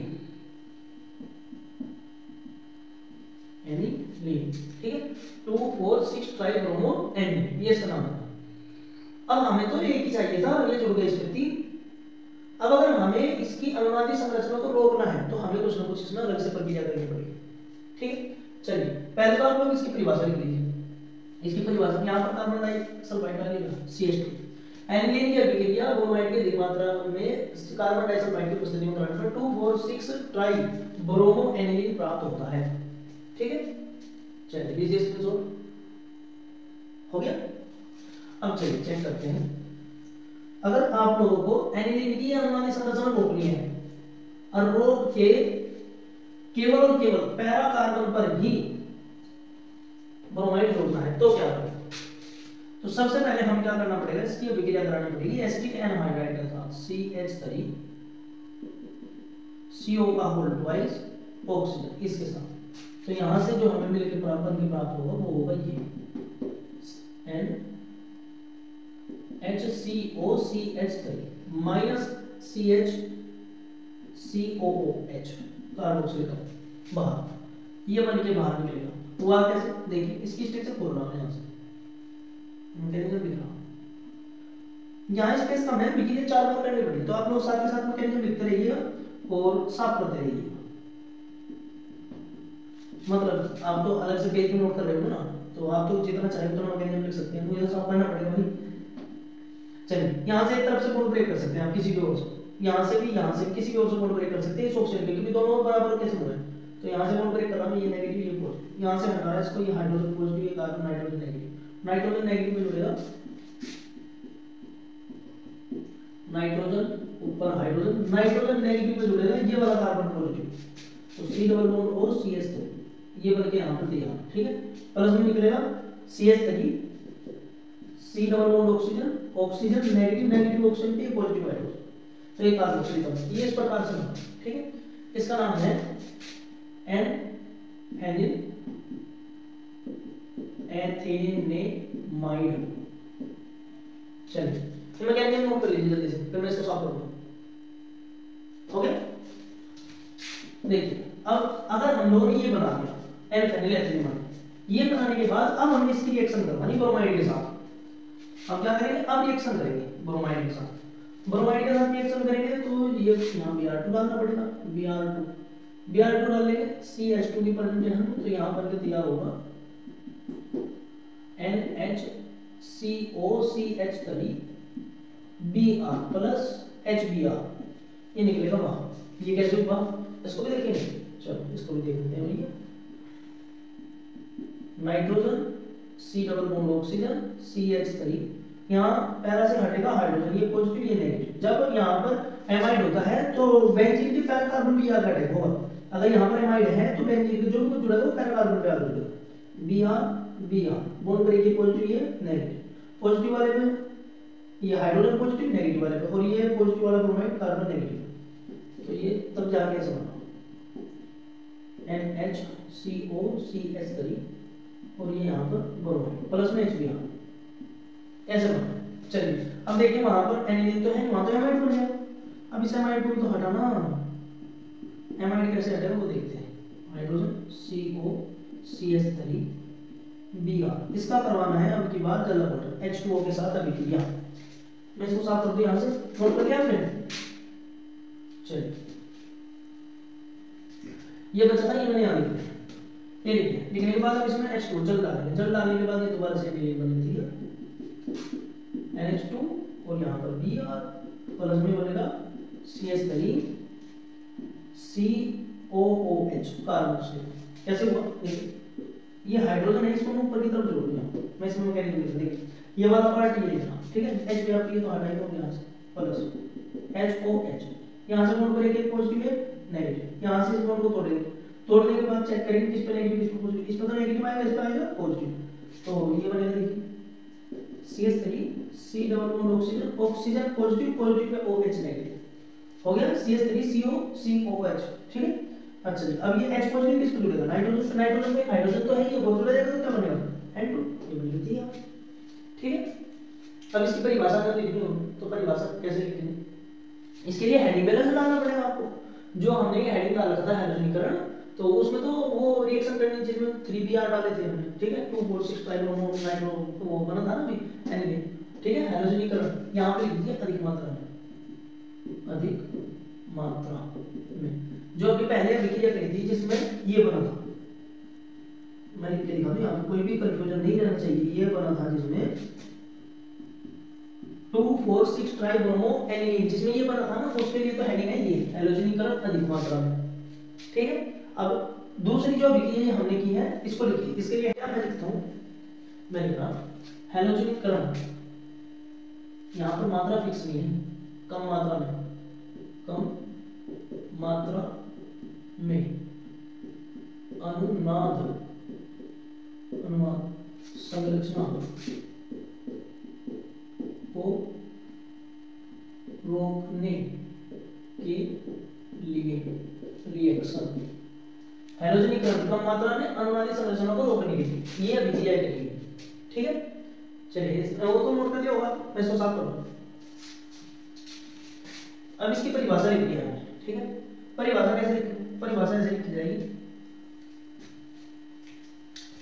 परिभाषा यहाँ पे लिखी जाएगी। एनिलीन की अभिक्रिया एसिटिक एनहाइड्राइड के साथ कराने पर एन फेनिल एथेनामाइड प्राप्त होता है, ठीक है, तथा एन फेनिल एथेनामाइड प्राप्त होता है तथा एन फेनिल एथेनामाइड की अभिक्रिया ब्रोमाइड के साथ कराने पर पैरा ब्रोमो एन फेनिल एथेनामाइड प्राप्त होता है। नाम लिखो इसका, पैरा ब्रोमो एन फेनिल एथेनामाइड प्राप्त होता है। पैरा ब्रोमो एन फेनिल एथेनामाइड का जल अपघटन कराने से पैरा ब्रोमो एनिलीन प्राप्त होता है। पैरा ब्रोमो एनिलीन प्राप्त होता है, ये इसकी परिभाषा है, ठीक है। चलिए इसको साफ कर दो, इसके छोड़ दीजिए आप लोग। चलिए अब हेडिंग डालिए आप लोग नाइट्रिकरण। एनिल एमीन की इलेक्ट्रॉन प्रतिस्थापन में हेडिंग डालिए नाइट्रिकरण अधिक मात्रा में। नाइट्रिकरण अधिक मात्रा में मतलब एनिलीन की अभिक्रिया या एनिल एमीन की अभिक्रिया हाइड्रोनाइट्रिक अम्ल के साथ HNO3 के साथ H2SO4 की प्रेजेंटेशन, तो ये प्राप्त होगा हमें NO2 NH2 है भाई, यहाँ पे NH2 NO2 और यहाँ पे NO2। अगर कम मात्रा में करेंगे तो ऑर्थो पे भी जुड़ेगा, फिर प्लस में जाकर टेरा पे जुड़ेगा, फिर प्लस में जाके मेटा पे जुड़ेगा, ठीक है, ऐसे बनेगा। प्लस में ऑर्थो पे, प्लस में मेटा पे, प्लस में पैरा पे, ये तीन स्थितियां बनेगी। अब उससे बचने के लिए अधिक मात्रा में करें, अधिक मात्रा में मतलब 3HNO3 डालें, तो फिर यहाँ ये प्राप्त हुआ हमें 2,4,6 ट्राई नाइट्रो एनिलीन, फिर ये प्राप्त हुआ। अब इसकी अनुनादी संरचना को रोके हमें जो मेन प्रोडक्ट प्राप्त करना है वो है पैरा यहाँ और यहाँ में होना चाहिए नाइट्रो, केवल पैरा, तो उसके लिए अभिक्रिया करें। चलिए पहले इसकी परिभाषा लिख दीजिए। नाइट्रिकरण अधिक मात्रा में, ठीक है, या ऐसा लिखिए एनिलीन का नाइट्रिकरण अधिक मात्रा में। एनिलीन की अभिक्रिया हाइड्रोनाइट्रिक अम्ल के साथ शांत सल्फ्यूरिक अम्ल की उपस्थिति में कराने पर 2,4,6 ट्राई नाइट्रो एनिलीन प्राप्त होता है, ठीक है। ये जैसे सोचो। अब हेडिंग डालें दोबारा से, एनिलीन का नाइट्रिकरण कम मात्रा में अनुनादी संरचना रोकने के लिए अभिक्रिया। एनिलीन पहले के तरीके से होगा, जैसे ब्रोमाइड हैलोजनीकरण करा था उसमें अनुनादी संरचना रोकी थी। यहाँ पे C3CO का होल्ड वाइज ऑक्सीजन, तो ये नाइट्रोजन हाइड्रोजन CO CH3, ये वही बना है एनिल एथेनामाइड माइनस H2 CH3 COOH, ये बना।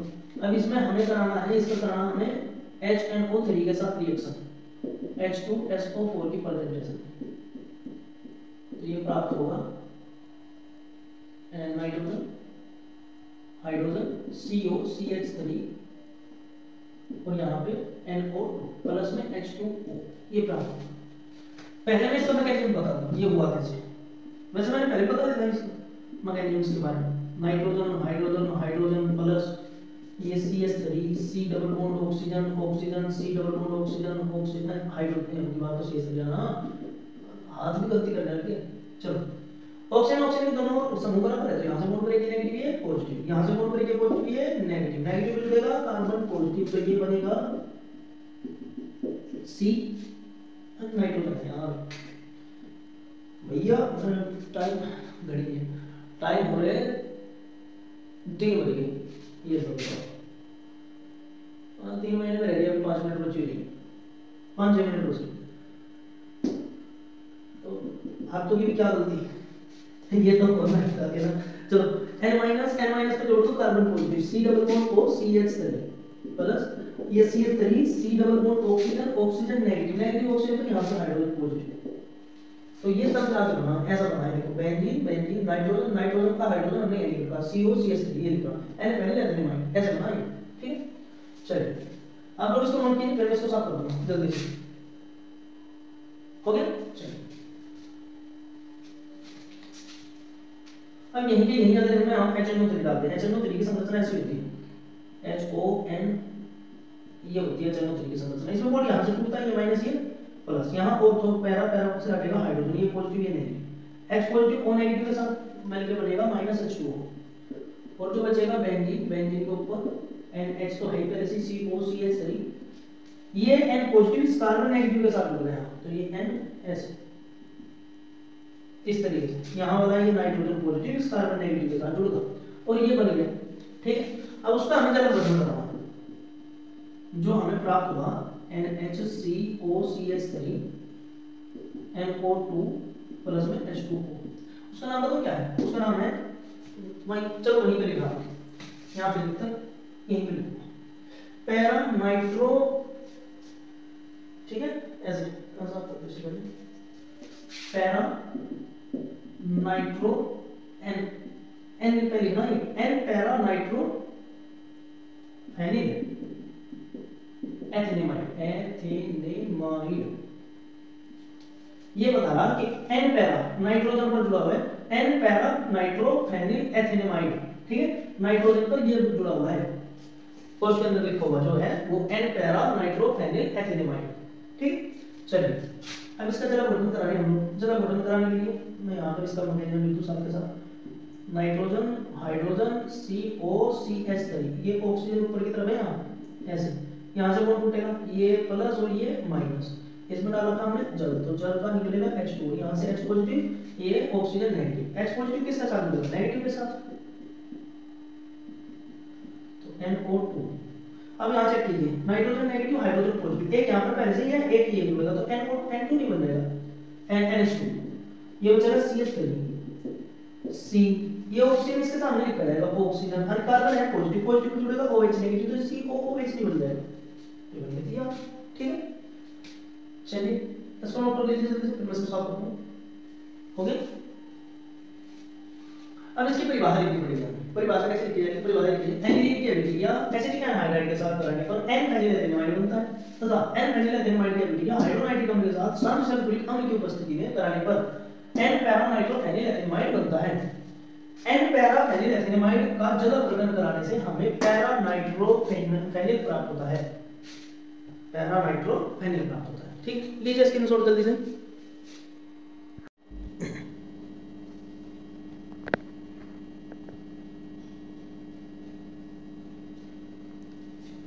तो चलिए अब हमें पता है एनिलीन का सल्फोनेशन, सल्फोनेशन मतलब एनिलीन की अभिक्रिया शांत सल्फ्यूरिक अम्ल के साथ। मैंने पहले ही रखा है, टाइम वेस्ट ना हो, अभी टाइम काफी हो गया है तो इसलिए जल्दी में मैंने लिख दिया, पहले लिख दिया। देखिए एनिलीन की अभिक्रिया सल्फ्यूरिक शांत सल्फ्यूरिक अम्ल के साथ कराने पर एल्युमिनियम हाइड्रोजन सल्फेट बनता है, जो कि अस्थायी होता है। ठीक है, उसको 453 से 473 केल्विन पर गर्म करने से इसमें से निकलता है, जो ये बनता है सल्फोनिक अम्ल। सल्फोनिक अम्ल में प्रोटोनों का स्थानांतरण होता रहता है, प्रोटोनों का स्थानांतरण के बाद ये बनता है न्यूट्रल आयन या उपविशिष्ट आयन। चलिए मैं इसकी प्रक्रिया आपको समझाता हूं, ये होता कैसे है, क्या क्या हो रहा है इसमें।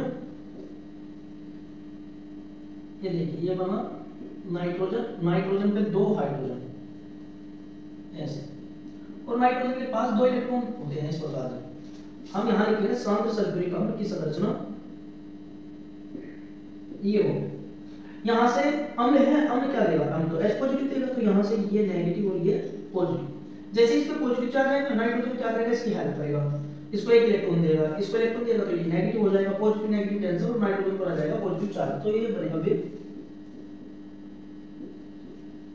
ये नाइट्रोजन, नाइट्रोजन पर 2 हाइड्रोजन तो ये पीछे की तरफ जुड़ेगा, ये वाला हाइड्रोजन ऊपर की तरफ जुड़ेगा, एक इलेक्ट्रॉन दिया है इसको। अब इस पर पॉजिटिव चार्ज है, पॉजिटिव पे जुड़ेगा ये ऑक्सीजन OS इस प्रकार से। ठीक है, ये यहाँ पर जो बनके तैयार हुआ, ये बनके तैयार हुआ एल्युमिनियम हाइड्रोजन सल्फेट, ये बना। देखिए NH3 इस पर पॉजिटिव था, इस पर नेगेटिव जुड़ा। जब ये पॉजिटिव नेगेटिव ऐसे इलेक्ट्रॉन देने के बाद पॉजिटिव चार्ज आता है, जुड़ता है, तो उसको पॉजिटिव नेगेटिव से दर्शाना पड़ता है। इससे पता चलता है कि नाइट्रोजन के 5 बॉन्ड बने हुए हैं, 1 2 3 4 5 ऐसे। ठीक है, तो यहाँ पर ये प्रदर्शित करना पड़ता है।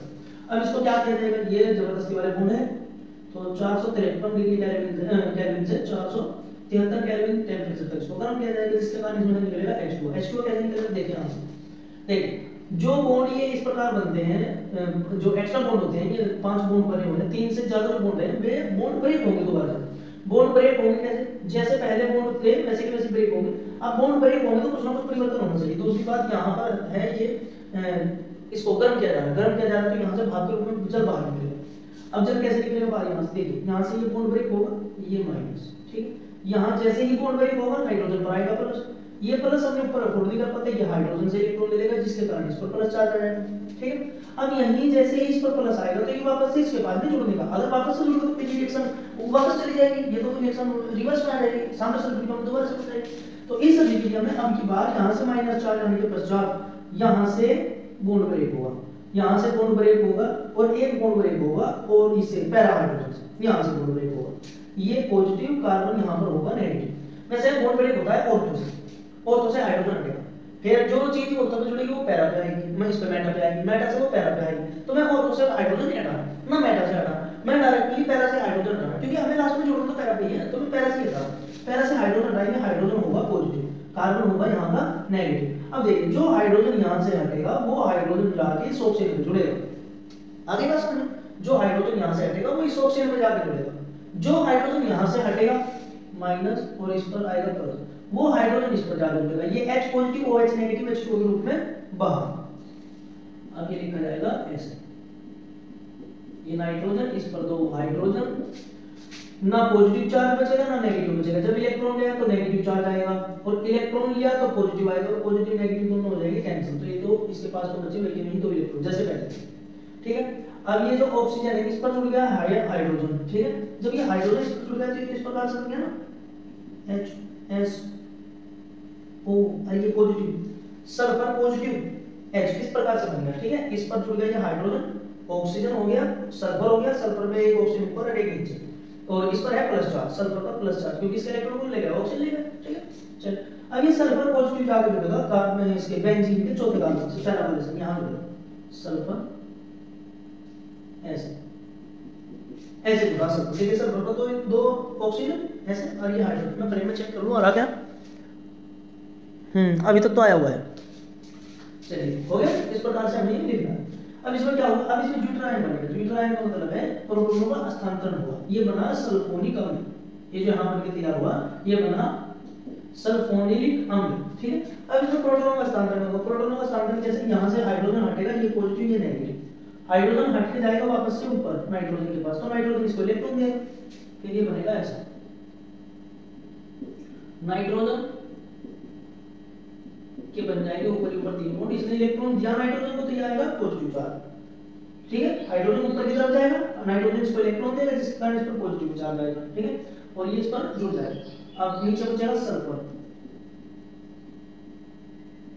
ऑक्सीजन नेगेटिव, ये होता है ड्यूटरायन, ये अस्थायी होता है, कभी हाइड्रोजन यहाँ जुड़ेगा, कभी हाइड्रोजन यहाँ जुड़ेगा, यहाँ से फिर ऊपर जाएगा, फिर नीचे आएगा, फिर ऊपर जाएगा, फिर नीचे आएगा, इस तरीके से होता रहता है, इसलिए इसको कहते हैं ड्यूटरायन, उभय विशिष्ट आयन, उभय विशिष्ट आयन, ये बनकर तैयार हुआ। अब इसकी परिभाषा लिखनी पड़ेगी, अभिक्रिया परिभाषा कैसे लिखी जाएगी, एनिलीन की अभिक्रिया शांत सल्फ्यूरिक अम्ल के साथ कराने पर एनिलीनियम हाइड्रोजन सल्फेट प्राप्त होता है, तथा एनिलीनियम हाइड्रोजन सल्फेट को 473 से 473 केल्विन तापमान पर गर्म करने से सल्फेनिक अम्ल प्राप्त होता है।